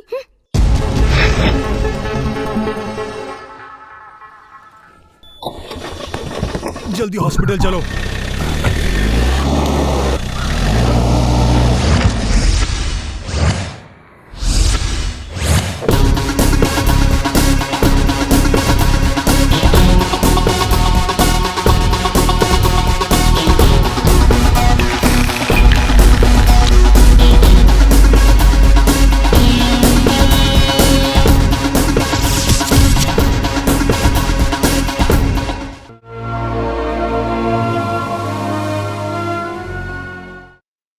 आखिर आपने मुझे यहाँ क्यों बुलाया है, बताइए भी। मैं से वॉक कर करके थक गई हूँ।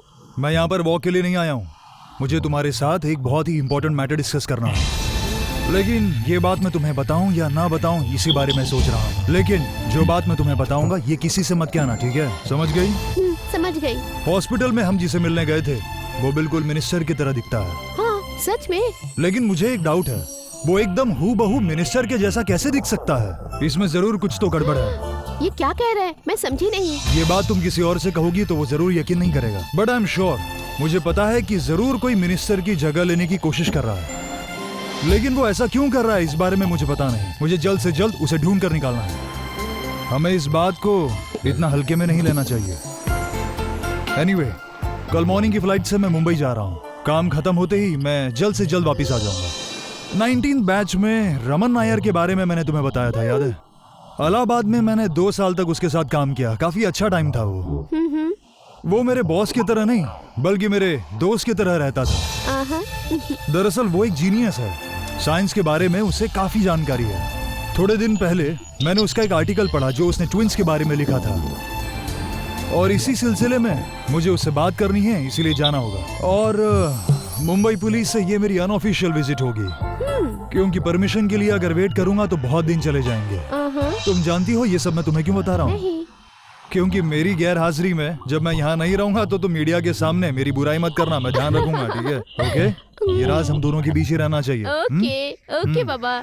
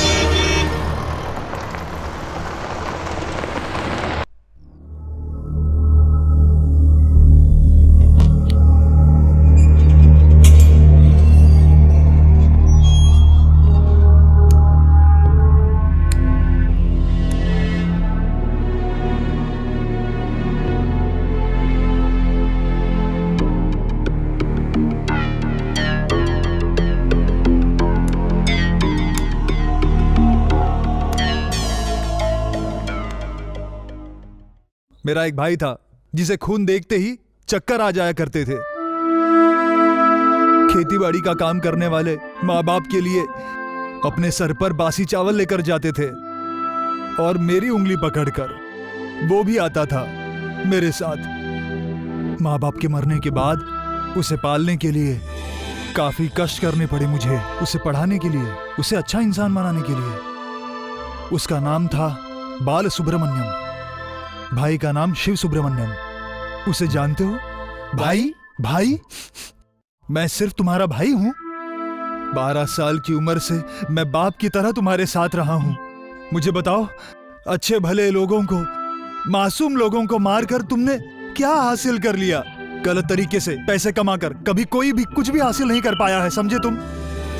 तुम्हें भाई कहते हुए शर्म आ रही है? छे, कैसे तुम एक टेररिस्ट ग्रुप से जुड़ गए? वो भाई, मैं ठीक है, मैं तुम्हारा दिल नहीं दुखाना चाहता, लेकिन मैं एक बात बताना चाहता हूँ। इतने दिन से तुम्हें बाहर लाने के लिए मैंने बहुत मेहनत की और पैसे कमाए, ये तो तुम जानते ही हो ना। और तुम्हें बाहर लाने का यही आखिरी मौका है, समझ गए? लेकिन क्या बाहर आकर भी यही काम करोगे? मैंने इससे एक वादा किया है कि मैं इसे पुराना सुब्रमण्यम जरूर वापस दूंगा। तुम इससे शादी करो, इसलिए मंगलसूत्र भी तैयार है, बस तुम्हारे सुधरने का इंतजार है। तुम सुधरोगे ना?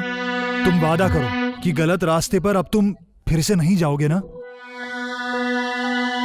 ये भी यही सुनना चाहती है, बोलो।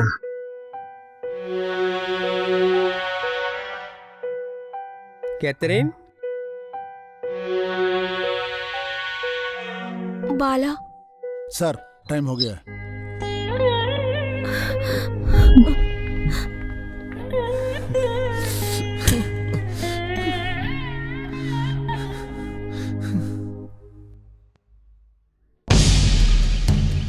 हाँ तो मिस्टर चार्ली, हमारे साइड से ऑपरेशन बिल्कुल सही था, लेकिन एक बेवकूफी के काम से सब बर्बाद हो गया। उस कॉलोनी को टूटने से बचाकर उसने कॉलोनी वालों की नजर में हीरो बन गया और वो उसमें फंस गया। अच्छा हुआ कि वो मर गया। उसकी जान ना बचने के कारण हम सब सेफ हो गए, समझ गए?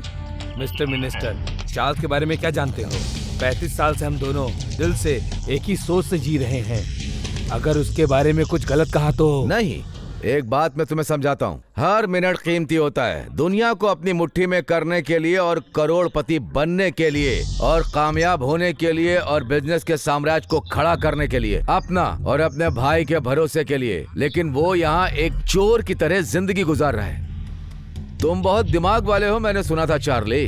अब क्या हुआ? मैंने तुम्हें उस प्रोग्राम से डिसाइड भी करवाया था, मैंने तुम्हें भेजा था कि नहीं? हाँ, मेरे प्लान में कोई भी गड़बड़ी नहीं हुई है। अगर कुछ गलत हुआ तो हम दोनों खुद अपनी जान दे देंगे, लेकिन उसके लिए टाइम नहीं। हम जो भी करते हैं और हमने जो वादा किया है वो पूरा करेंगे। बस 4 दिन का टाइम दो। मुझे तो ऐसा लगता है कि तुम दोनों भाइयों को बड़ी बात करने की बहुत आदत है। तुम्हारे भाई ने सिंगापुर में यही किया था और आज देखो, अपनी ओवर कॉन्फिडेंस की वजह से वो खुद हॉस्पिटल में एडमिट है। Madam please. क्या हुआ? मैंने सच कहा तो मिर्ची लग गई? कैरिबन ब्रदर्स में ताकत नहीं है। जब देखो तुम दोनों सिर्फ बड़ी बड़ी बातें करते कैथरीन, मैंने उसी दिन कहा था कि इन पे भरोसा मत करो, सब कुछ बेकार हो गया। सुनिए मिस्टर चार्ली, ये सब क्या है? बस मुझे 4 दिन का और टाइम चाहिए। तब तक होम मिनिस्टर की टेबल पे रिपोर्ट फाइल में मिनिस्टर का सिग्नेचर हो चुका होगा। आपके दिए हुए पैसे के लिए ये सब नहीं कर रहा हूं मैं।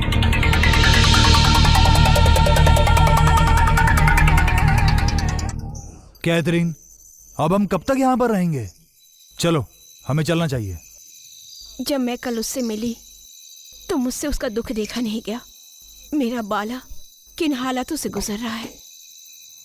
मैंने यहाँ आकर गलती की। हाँ, ये बात तो सही है। मैं जानता हूँ तुम्हें दुख हो रहा होगा, लेकिन इंतजार करना होगा। 6 सालों से तो इंतजार ही कर रही हूँ। लेकिन क्या करें, हमें चार्ली पर ही भरोसा करना होगा। इसके अलावा कोई और रास्ता नहीं है। वो सही तो कह रहा है, लेकिन मैं सिर्फ दिलासा नहीं दे रहा हूँ, मैं तुम दोनों को फिर इससे मिलवाकर ही रहूंगा। मेरा विश्वास करो। अब चलें? Come on.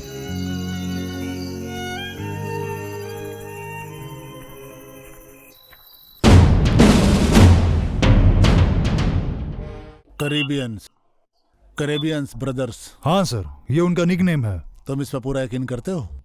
वो क्या है कि मुझे उस पर पूरा भरोसा नहीं है सर। मुंबई पुलिस के दिए हुए रिपोर्ट में इसका कोई जिक्र नहीं है, और तो और ना ही इसके खिलाफ कोई सबूत भी है। अभी तक कोई सबूत नहीं मिला है, इसीलिए उसे पकड़ा नहीं गया है। हम जानते हैं कि ऐसा नहीं हुआ है, लेकिन हम पकड़ लेंगे उसे। मेरी जानकारी में बहुत साल पहले इन कैरिबियंस के खिलाफ न्यूज़पेपर में कुछ छपा था। ये गैंग फिर से रिएक्टिव हो गया। इसके बारे में कोई मुंबई पुलिस से न्यूज मिली है क्या तुमको? सर, रिपोर्ट मैंने अभी तक पढ़ी नहीं है। Then what else? मुंबई के पास एक जगह है जिसका नाम है वसई। वहाँ से बोट से अंदर आते हैं और उस ग्रुप में खून और डकैती करने वाले बहुत से जवान लड़के भी शामिल हैं, और सबने मिलकर इस गैंग का नाम रखा है कैरेबियन गैंग। इससे उसका क्या संबंध है? वैसे कोई संबंध तो नहीं है, लेकिन पौंडीचेरी में रहने वाले एंग्लो इंडियंस ही कैरेबियन ब्रदर्स के पेरेंट्स हैं सर। हमें पता चला है कि मुंबई में जो गैंग वॉर हुआ है उसमें इनकी मौत हो चुकी है। इसका मतलब बदला लेने के लिए इन लोगों ने उसके नाम से अपनी एक्टिविटी को स्टार्ट कर दिया, यही कहना चाहते हो? जी नहीं सर, ऐसी हिस्ट्री उनके पास नहीं है। जब वो करीब 10-12 साल के ही थे तभी उनकी माँ गुजर गई थी सर। फिर इनका ख्याल एक ऐसे फैमिली ने रखा जो 6 महीने बाहर तो 6 महीने समंदर के बीच अपनी जिंदगी काटती थी। ये उनके पिताजी के दोस्त की फैमिली थी। उन्होंने उन्हें पाला, लेकिन वो क्रिमिनल्स थे, इसीलिए वो भी क्रिमिनल्स ही बन गए। उन्होंने मुंबई में एक कांड किया और फिर वहां से उन्हें भागना पड़ा। उसके बाद वो लोग मलेशिया चले गए। ऐसे लोगों की जगह क्या है? यस, और इस दुनिया में जो भी बड़े बड़े कांड होते हैं उसके पीछे कौन है आप जानते हैं? Caribbean brothers. सारे बड़े बड़े गुनाह करके ये लोग आराम से बचकर निकल जाते हैं और किसी के हाथ भी नहीं आते। It's terribly surprising. Basically Charles से सबसे ज्यादा खतरनाक है चार्ली। लेकिन ये लोग कभी अलग नहीं होते, हमेशा साथ रहते हैं और कोई भी ऑपरेशन हो ये लोग साथ में ही करते हैं, अकेले नहीं करते। और जब मिनिस्टर की जगह कोई दूसरा आया मैं तभी समझ गया कि ये और कोई नहीं चार्ली ही हो सकता है, इसमें कोई शक नहीं है। But their motive? हो सकता है पॉलिटिकल मैटर के लिए यहाँ आया हो, या फिर कोई ऑपरेशन भी हो सकता है, बता नहीं सकते। उनका टारगेट हमें पता नहीं। We have to find it out. तो हमें तुरंत ही एक्शन लेना होगा, इससे पहले कि चूहे अपने बिल में घुस जाए, इन्हें खोद कर निकालना होगा। सर लेकिन नो नो नो, आइंदा इसके बारे में मुझे कोई भी एक्सप्लेनेशन नहीं चाहिए। सर प्लीज, इसे आराम से हैंडल करना होगा। हमारे पास अभी उनके खिलाफ कोई कंप्लेंट नहीं है, उसने कोई क्राइम नहीं किया है। आपकी बात में रत्ती भर भी यकीन नहीं किया जा सकता है। होम मिनिस्टर बनके वो सबको धोखा दे रहा है, ये बात हो ही नहीं सकता है। सर उस दिन उसने खुद ही मान लिया था पब्लिक के सामने कि वो है। आपके सेटिस्फैक्शन के लिए आप जैसा कहेंगे वैसा मैं करूंगा सर। लेकिन हाँ, हम चार्ल्स को जिंदा नहीं पकड़ सकते सर। इसे हम कैसे हैंडल करेंगे? उसे पकड़ने के लिए अच्छी तरह से प्लान करके उसे ट्रैप करना होगा। इसके लिए टाइम लगेगा। उसे खुदकुशी करने का मौका हम नहीं देंगे। खुद की जान लेने से पहले ही मैं उसे पकड़ लूंगा। अब वो मुझसे बच नहीं सकता। अरे यार, इस ऑटो का अभी खराब होना था, अभी 20 रुपया का पेट्रोल डलवाता, फिर क्यों खराब हो गया? ये ऑटो हमें कुछ कमा के नहीं देगी, सिर्फ नुकसान ही करके देगी बार बार। अरे इसे क्या हो गया? धक्का देने के लिए यहाँ कोई नहीं है। इस छोटी बच्ची को मैं तकलीफ नहीं दे सकता हूँ। सुबह सुबह तो इसने मेरी वाट लगा दिया यार।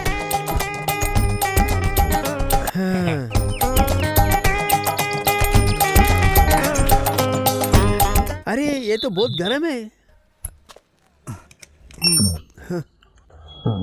अभी तक ऐसा हुआ नहीं है, मैं जल्दी ठीक कर दूंगा। अच्छा अंकल, आपके ऑटो को क्या हुआ? कुछ नहीं, थोड़ी सी प्रॉब्लम हो गई। ओह, वो तो ठीक है, लेकिन मुझे स्कूल जल्दी जाना होगा ना। ऐसी सवाल करे तो मैं कैसे जवाब दूंगा, तुम ही बताओ। ओहो, लेकिन मुझे तो लेट हो रहा है ना। अभी ठीक कर दूंगा। वो देखो, ए, रुको, डैडी आ रहे वहाँ मत हैं। जाओ, वहाँ मत जाओ, गाड़ी आ रही डैडी, है। बेटा रुकिए, बेटा डैडी। रुको, बेटा। हे गाड़ी साइड में रोको, साइड में रोको। रुक गए डैडी, रुक गए। एक मिनट अंकल, रुको, ये मैं बैग तो जाती लेके हूँ, जाओ। हाँ? आराम से बेटी, आराम दरवाजा से। खोलो। ठीक है, ध्यान से डैडी? जाना। सर मेरा ऑटो खराब हो गया सर। चलो जल्दी। हमारी जिंदगी अगर संतुलित है तो ये सब पेड़ पौधों की वजह से ही है। हमें इन पेड़ पौधों को बचाना चाहिए, यही हमारा कर्तव्य है। लेकिन कुछ लालची लोग जंगल को बर्बाद करने की कोशिश कर रहे हैं। हमें इन पेड़ पौधों को बचाने के लिए शपथ लेनी चाहिए। मैं एक पेड़ लगाऊंगी। पेड़ से जीवन है, पेड़ से जीवन है। पेड़ से शुद्ध वायु है, पेड़ से शुद्ध वायु है। पेड़ से हरियाली है, पेड़ से हरियाली है।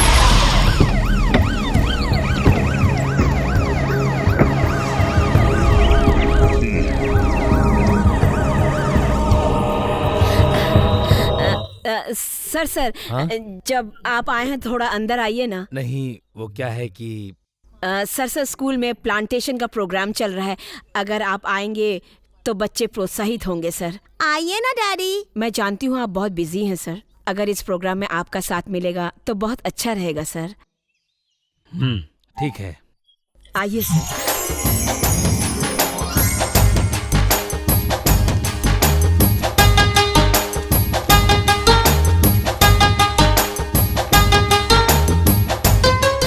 हमारे इस प्लांटेशन प्रोग्राम में आज हमारे बीच एक गेस्ट आए हुए हैं। आज हमारे स्कूल में माननीय होम मिनिस्टर साहब पधारे हुए हैं। ये सौभाग्य की बात है।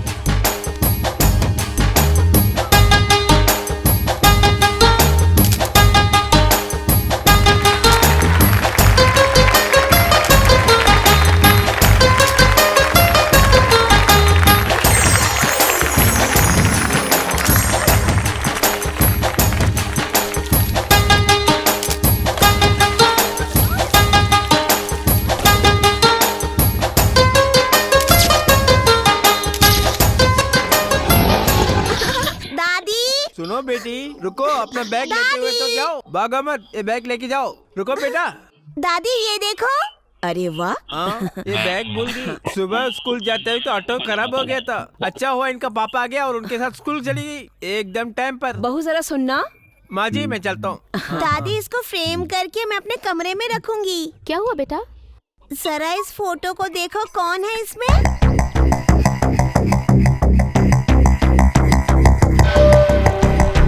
फोटोज तो बहुत अच्छे आए हैं। इस फोटो को मैं शोकेस में रखूं?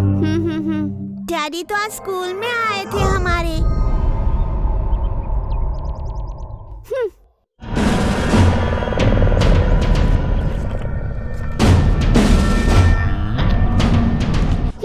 जब पहले आ गए थे तो आप इसकी स्कूल गए थे, बताया क्यों नहीं?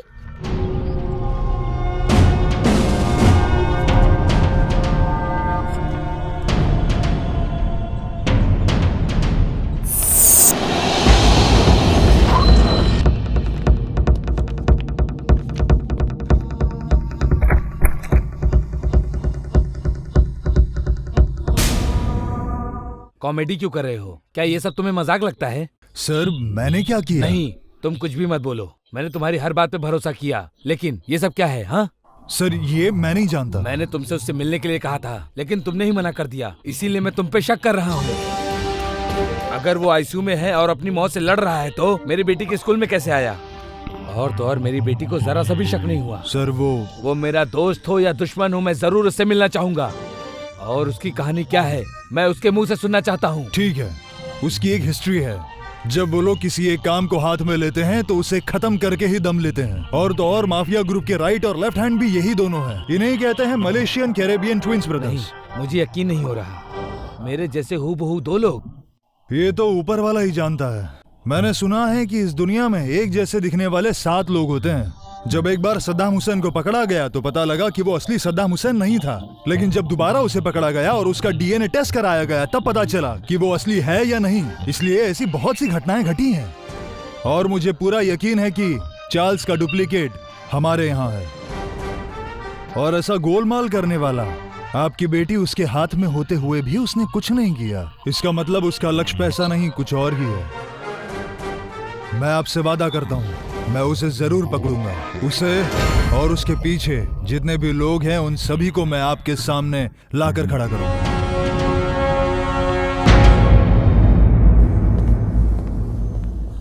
Good afternoon doctor. Good afternoon. अभी पेशेंट कैसा है? सॉरी सर, नो हो, वो अभी वेंटिलेटर पर है। क्या मैं जाकर उससे बात कर सकता हूँ? ओह श्योर, लेकिन उससे भी आपको कोई जवाब नहीं क्यों? मिलेगा। अभी वो एक लफ्ज भी नहीं बोल सकता। He is in coma stage. मेरे हिसाब से जब तक वो मर नहीं जाता बेड पर ही रहेगा।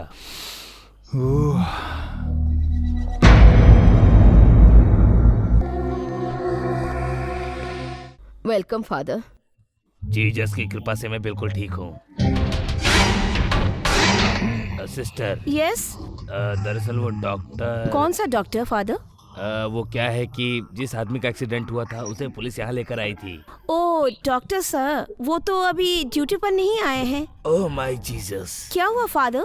कुछ नहीं सिस्टर, मैंने सुना है वो पेशेंट एक क्रिश्चियन है। वो जो कोई भी हो उसके लिए मुझे प्रार्थना करना, इसीलिए मैं आया हूँ। मैं चाहता हूँ उसका थोड़ा भला हो जाए, इसीलिए मैं उसके लिए प्रार्थना करना चाहता हूँ। ऐसी कोई बात नहीं है, ड्यूटी पर तो डॉक्टर है ही। जीसस तुम्हें आशीर्वाद देगा। कहाँ पर है वो ड्यूटी डॉक्टर? वो उस कमरे में है।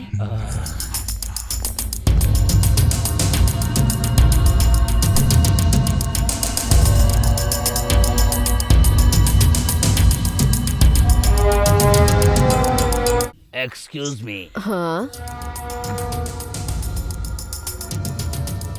Welcome father.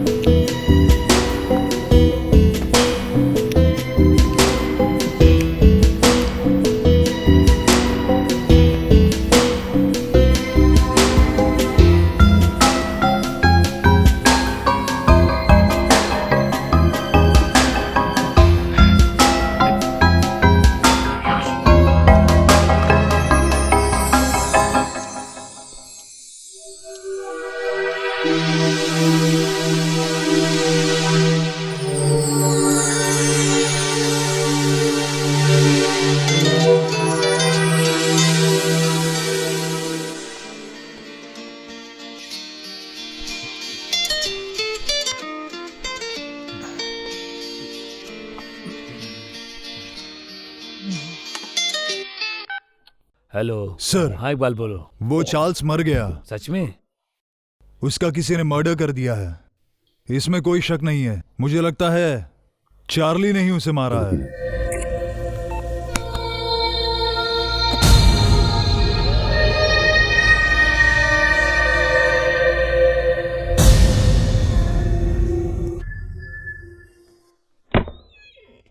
क्या मैं अंदर आ सकता हूँ?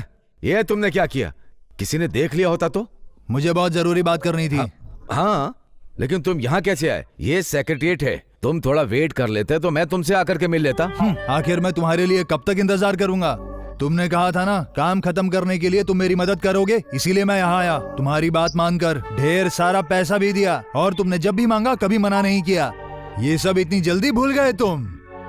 मेरा टाइम बहुत कीमती है। जानता हूँ, लेकिन एक आतंकवादी को रिहा करने के लिए हम ऐसा। अच्छा, ये सब जानते हुए भी तुमने मुझसे भर भर के पैसे लिए। बताओ कब छुड़ाओगे मेरे बाला को? कूल डाउन भाई, कूल डाउन। हमारे पास अभी एक टर्निंग पॉइंट है। रिलीज ऑर्डर पर साइन नहीं किया, एक मंत्री की जान ले ली, यही टर्निंग पॉइंट है। उसका गवाह जो है वो है शेखर। पुलिस के ट्रैप में वो मारा गया, उससे हमें कोई नुकसान नहीं हुआ। फिर मिनिस्टर ने जेलर को बदल दिया। नहीं तो कोई भी किसी भी ऑर्डर में साइन ना करे तो मैं उसे इज्जत के साथ बाहर लाता। मैं आपके बाला को। क्यों, आपको कुछ शक है क्या? कैरेबियन ब्रदर्स आकाश को छुएंगे, लेकिन आसानी से कुछ भी ना किए इस धरती पर। मिनिस्टर की तरह आपने एक आदमी को ला करके नाटक किया। जल्द से जल्द आप अपने भाई बाला को बाहर ला सकते हो, ऐसा सोचते हो? मैंने इसके लिए तुम्हें पैसे दिए थे क्या? जीत जाएं ये तो बहुत अच्छी बात है। चालाकी से मिनिस्टर को जेल में डाल के उस मंत्री की सीट पर चार्ली को बिठाकर बाला के रिलीज ऑर्डर पर साइन करवा सकते हैं, लेकिन कोर्ट के ऑर्डर को खत्म होने में कम से कम 4 दिन लगेंगे। How can be manage it? अच्छा, तो तब तक चार्ली ही स्टेट का मिनिस्टर रहेगा। उसे कोई पहचान लेगा, इसीलिए उसने कोटा कॉलोनी में टांग अड़ाने की कोशिश की थी। वो मैं अच्छे से जानता हूँ। चार्ली मंत्री के भेष में उसकी बीवी और बेटी के काफी नजदीक रहा है। अगर उसमें जीता तो मैं उसकी चालाकी को सलाम करूंगा, और अगर खेल बिगड़ गया तो अगर वो पैसों से राज छिपाना चाहता है तो छिप नहीं सकता। सो हमें सेफ होने के लिए हमें सावधान रहना ही पड़ेगा। हाँ, वो ये सब पैसे के लिए कर रहा है, ये उसका रिस्क है। हमें अपने फ्यूचर के लिए रिस्क तो उठाना ही पड़ेगा। नहीं तो आखिर में अगर हम बेवकूफ बन जाएं तो? What do you mean? अगर हम फंस गए तो किसी भी कीमत पर उसे खत्म करना होगा, चाहे कुछ भी हो। अगर वो जिंदा पकड़ गया तो यहाँ की पुलिस उसके मुंह से सच उगलवा कर ही रहेगी। वो सब उगलवा लेगी, मेरा तुम्हारा सब कुछ उगलवा लेगी। कैरेबियन ब्रदर्स की हिस्ट्री और चैप्टर को क्लोज करने का भाग्य अगर यहाँ की पुलिस को मिली तो उसका क्रेडिट विश्वनाथ को ही जाएगा। अगर भगवान ने ये फैसला किया तो उसके बाद हम सब। यस, नाम रोशन किए हुए होटल साम्राज्य का मालिक भाई के साथ जेल की सजा काटना चाहते हो? किसी को कुछ भी कहने दो, किसी को कुछ भी मिलने दो, मैं तुम्हारे साथ हूँ, लेकिन मैं इससे पीछा नहीं हटूंगा। मेरे पैर के नीचे की जमीन खिसकी तो किसी के बेटे को मारना भी पड़ा तो ये नटराज पीछे नहीं हटेगा।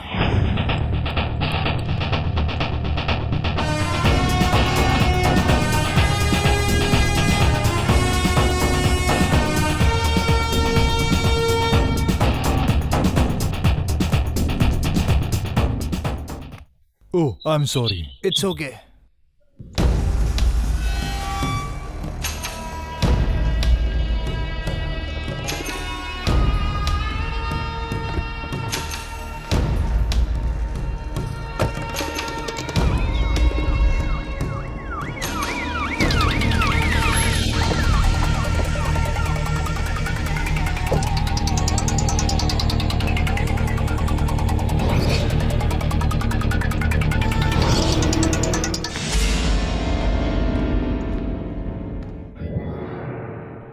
I'm sure, sir.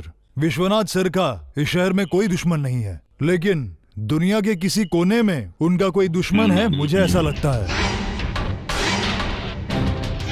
6 साल पहले मैंने एक टेररिस्ट ग्रुप के आदमी को शूट किया था, क्या आपको याद है? उसे उम्र कैद की सजा हुई थी। बाला सुब्रमण्यम नाम था उसका। Yes yes. उसकी गर्लफ्रेंड और उसका भाई शिव सुब्रमण्यम उससे मिलने जेल में आए थे, और उसका भाई शिव सुब्रमण्यम बहुत बड़ा बिजनेसमैन है। वो वर्ल्ड का बहुत बड़ा बिजनेसमैन है, वॉरेन बफेट और उस जैसे बड़े बड़े बिजनेसमैन जो टॉप की लिस्ट में शामिल है, उसमें से ये एक है, और टॉप के 50 में ये शामिल है। वो इतना पैसे वाला उसका भाई टेररिस्ट कैसे बना? ये मुझे नहीं पता सर। आजकल तो आम आदमी भी टेररिस्ट बन जाता है। सर, बाला सुब्रमण्यम जब पढ़ने गया था तो टेररिस्ट ग्रुप्स ने उसका बैकग्राउंड देखकर उसे फंसा दिया, और उसके भाई को ये बात पता चलने में काफी देर लगी। ये सच है। कैरेबियन ब्रदर्स और इस केस का क्या संबंध? हमें ये जानना बहुत जरूरी है सर।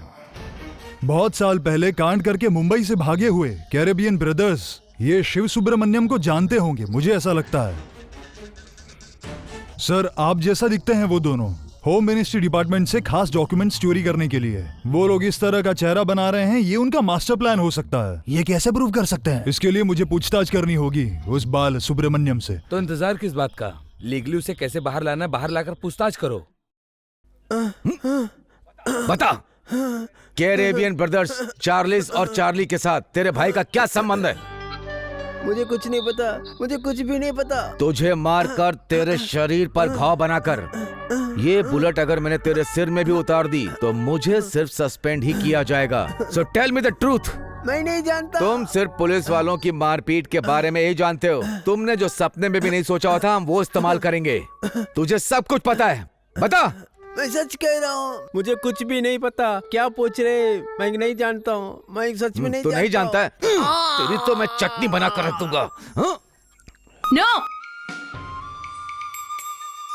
मैं कुछ समझ नहीं पा रही हूँ। बाला को मैं कैसे निकालूं? और वो होम मिनिस्टर तो बाला को तो रिलीज होने ही नहीं दे रहा है।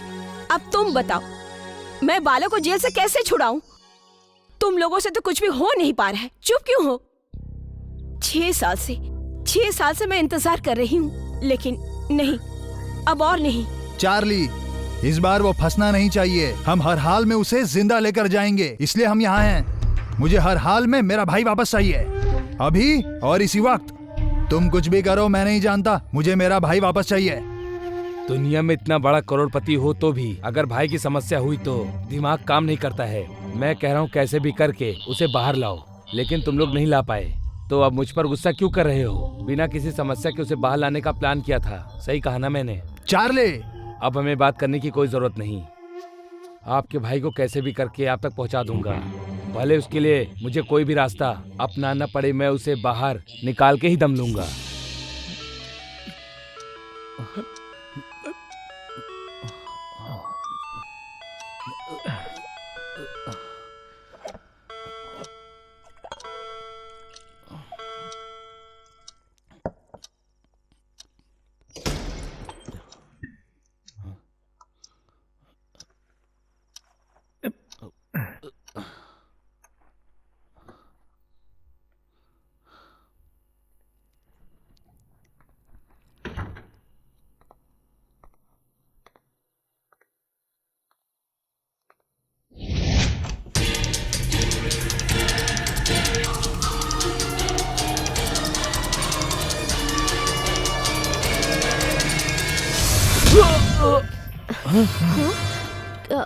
क्या हुआ जी?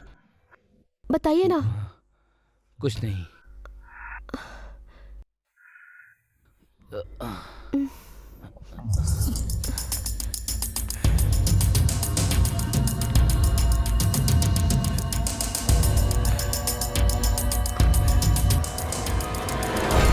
क्या हुआ?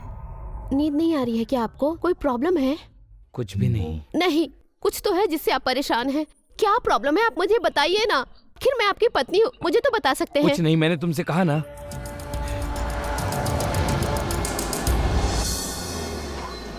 तुम जाके सो जाओ, मुझे आने में देर नहीं, होगी। अब भी चलिए। मैंने कहा जाओ ना।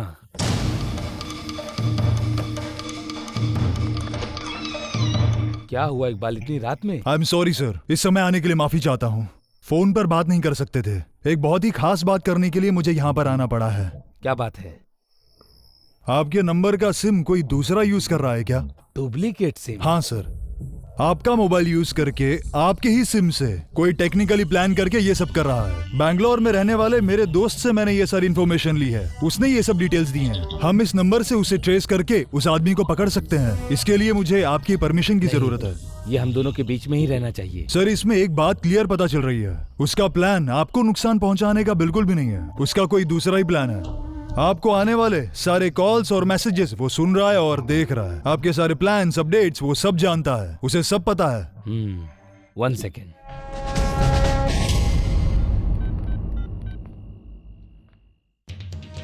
हाँ जॉर्ज, 2 दिन का मेरा सारा प्रोग्राम कैंसिल कर दो।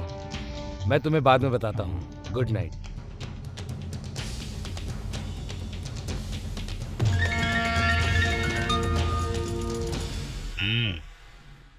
हेलो इकबाल। Hello sir. अभी तुम कहाँ हो? मैं अभी गेस्ट हाउस में हूँ सर। मैं तुमसे एक राज की बात करना चाहता हूँ। कहिए सर। मैं 2 दिन का प्रोग्राम कैंसिल करके परमकुड़ी जा रहा हूँ। क्या बात है सर, इतना अचानक? राघव सर की शादी को 80 साल पूरे हो गए, इसीलिए मेरा वहाँ जाना जरूरी है। अभी मुझे क्या करना होगा? बस तुम ये बात किसी और को मत बताना। तुम जब भी कॉल करोगे मैं तुम्हारा फोन अटेंड करूँगा। Yes sir. आप कब तक निकल रहे हो? अगर मैं अभी निकला तो सुबह तक परमकुड़ी पहुँच जाऊंगा, ये मेरा प्लान है। ओके सर, पहुँचकर कॉल कीजिएगा। Okay, good night. Good night sir. Wow, मैं इस शहर में नहीं हूँ ये जान के वो अपना खेल शुरू करेगा। वो कॉलोनी की समस्या में जरूर टांग अड़ाएगा। और तो और वो मेरे बेटी के स्कूल में भी गया था, इसीलिए अब वो चुप नहीं बैठेगा। अभी सब उसका फाइनल टारगेट रहेगा। आपने कुछ सोचा है sir? Last and final plan. मेरी शक्ल का इस्तेमाल करके वो अपना काम खत्म करने जरूर आएगा। वो इकबाल, मुझे तुम्हारा भरोसा और तुम्हारा टैलेंट चाहिए, समझ गए ना? Yes sir.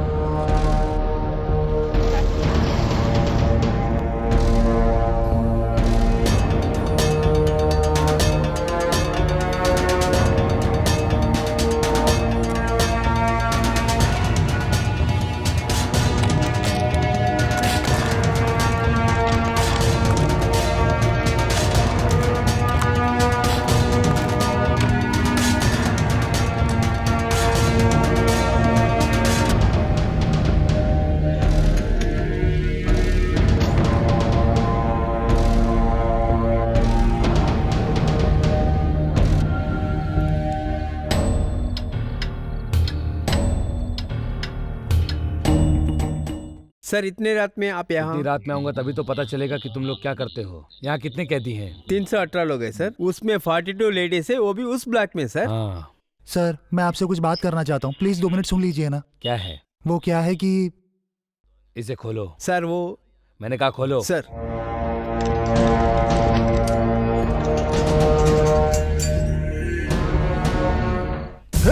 पीछे हटाओ, दूर हो जाओ, पीछे हटाओ, नहीं तो मार दूंगा। पीछे हो जाओ, चलो पीछे हो जाओ, पीछे हो जाओ। आगे नहीं आ रहा, पीछे हो जाओ। चल ताला खोल, मैंने कहा ताला खोल, चल।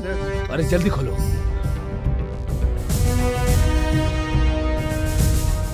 चल बाहर आ, चल जल्दी आ, कोई पीछा नहीं करेगा। मेरे पीछे मत आना।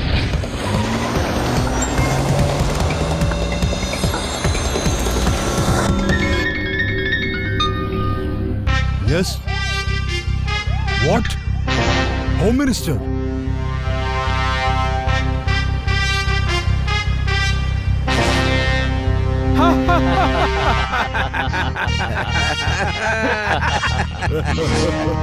Hello sir. वो तो मैं जानता हूँ, उसका प्लान पूरा हो गया। सर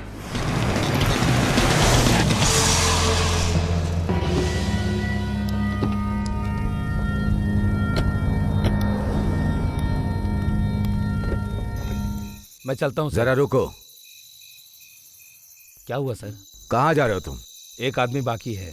सब जगह पुलिस वाले हैं, जानते हो ना, सावधान रहना।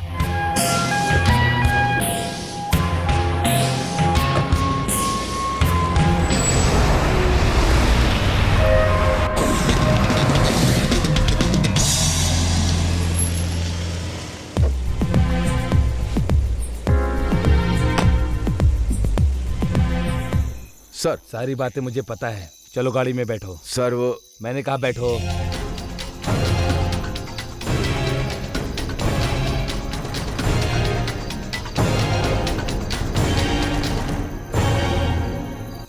तुम्हारे बॉस को मैंने फोन किया लेकिन उसने नहीं उठाया। अब एक काम करो, तुम उसे कॉल करो। वो कहाँ पर है मुझे मालूम नहीं। सिटी में ही होंगे सर। क्या कहा?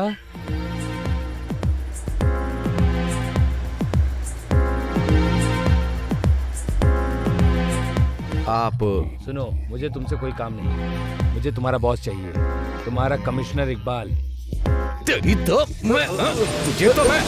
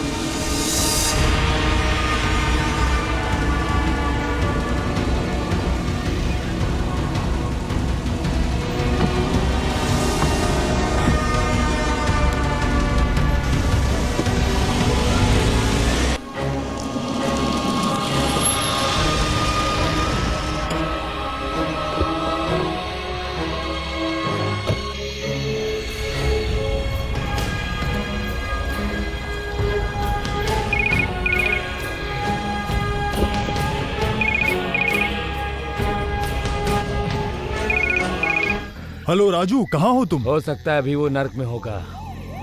उसने खुद अपने पैर पे कुल्हाड़ी मारी है। You bloody. तो मैं कौन हूँ ये तुम्हें पता चल गया? मैंने तुम्हारे राइट हैंड को मार के फेंक दिया। hey. चार्ल्स को तुमने मारा है, तुम ही मेरा नेक्स्ट टारगेट हो।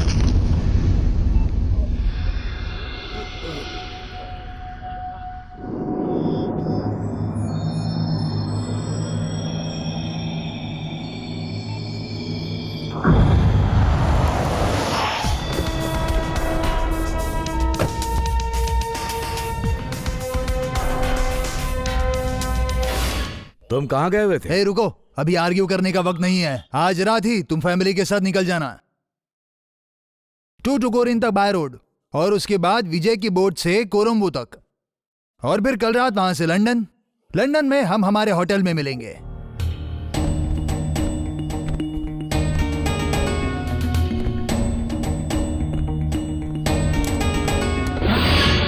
अरे हर कदम सावधानी से रखना जरूरी है। पूरा शहर पुलिस से भरा पड़ा, जानते हो। हमने जो किया वो बहुत ही बड़ा है। तो अब मेरा काम तो खत्म हुआ।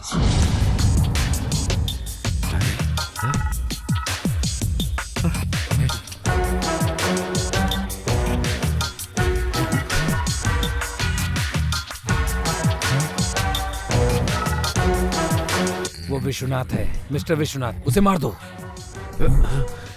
तुम विश्वनाथ नहीं, चार्ली हो। तो मैं कौन हूं?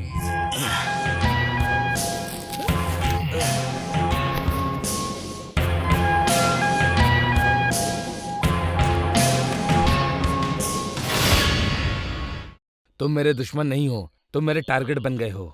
तुमने खुद ब खुद मुझसे दुश्मनी मोल ली है।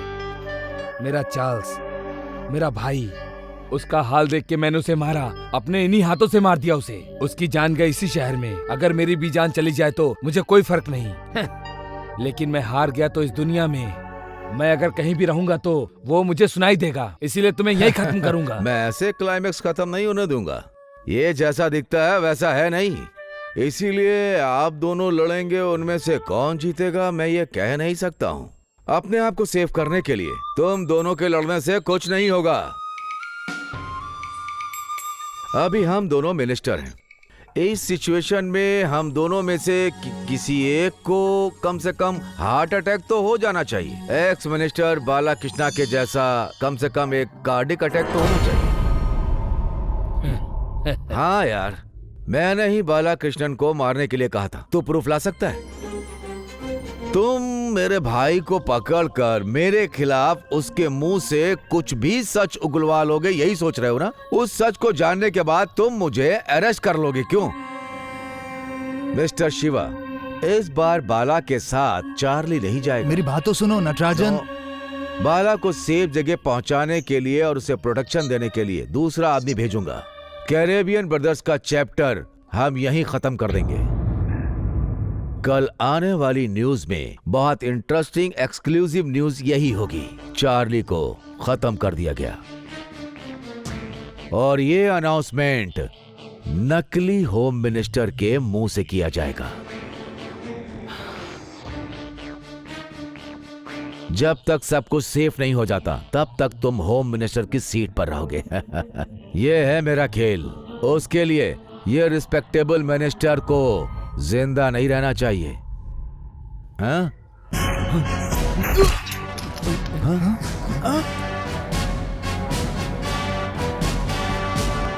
Don't move. बंदूक नीचे। गन तुम नीचे करो,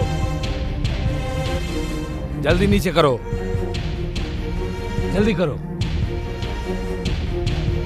हाँ,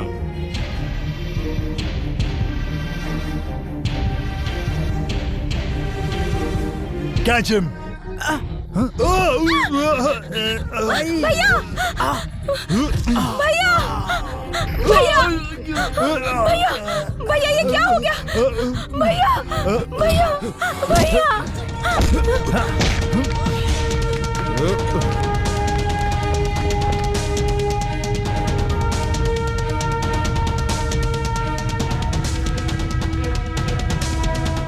हाँ नटराज, तुम कहीं भी नहीं जा सकते।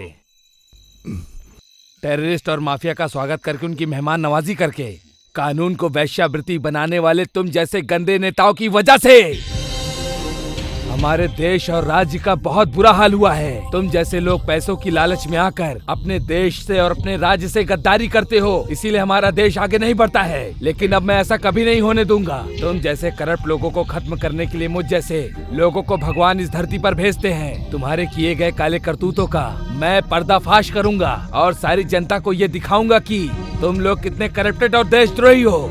नीति न्याय धर्म की बेइज्जती करने वाले तुम जैसे पॉलिटिशियन को मैं ऐसे बच के नहीं जाने दूंगा, चाहे कुछ भी हो जाए। बेचारे गरीब लोगों का तुम लोगों ने कितना खून चूसा है और तो और उनका दिल दुखाया जिसने तुम पे भरोसा किया। तुमने जो गुनाह किया है उसका जवाब तुम्हें कोर्ट कचहरी में नहीं बल्कि सड़क पे आकर देना होगा, समझे? वो सजा मैं तुम्हें खुद दूंगा।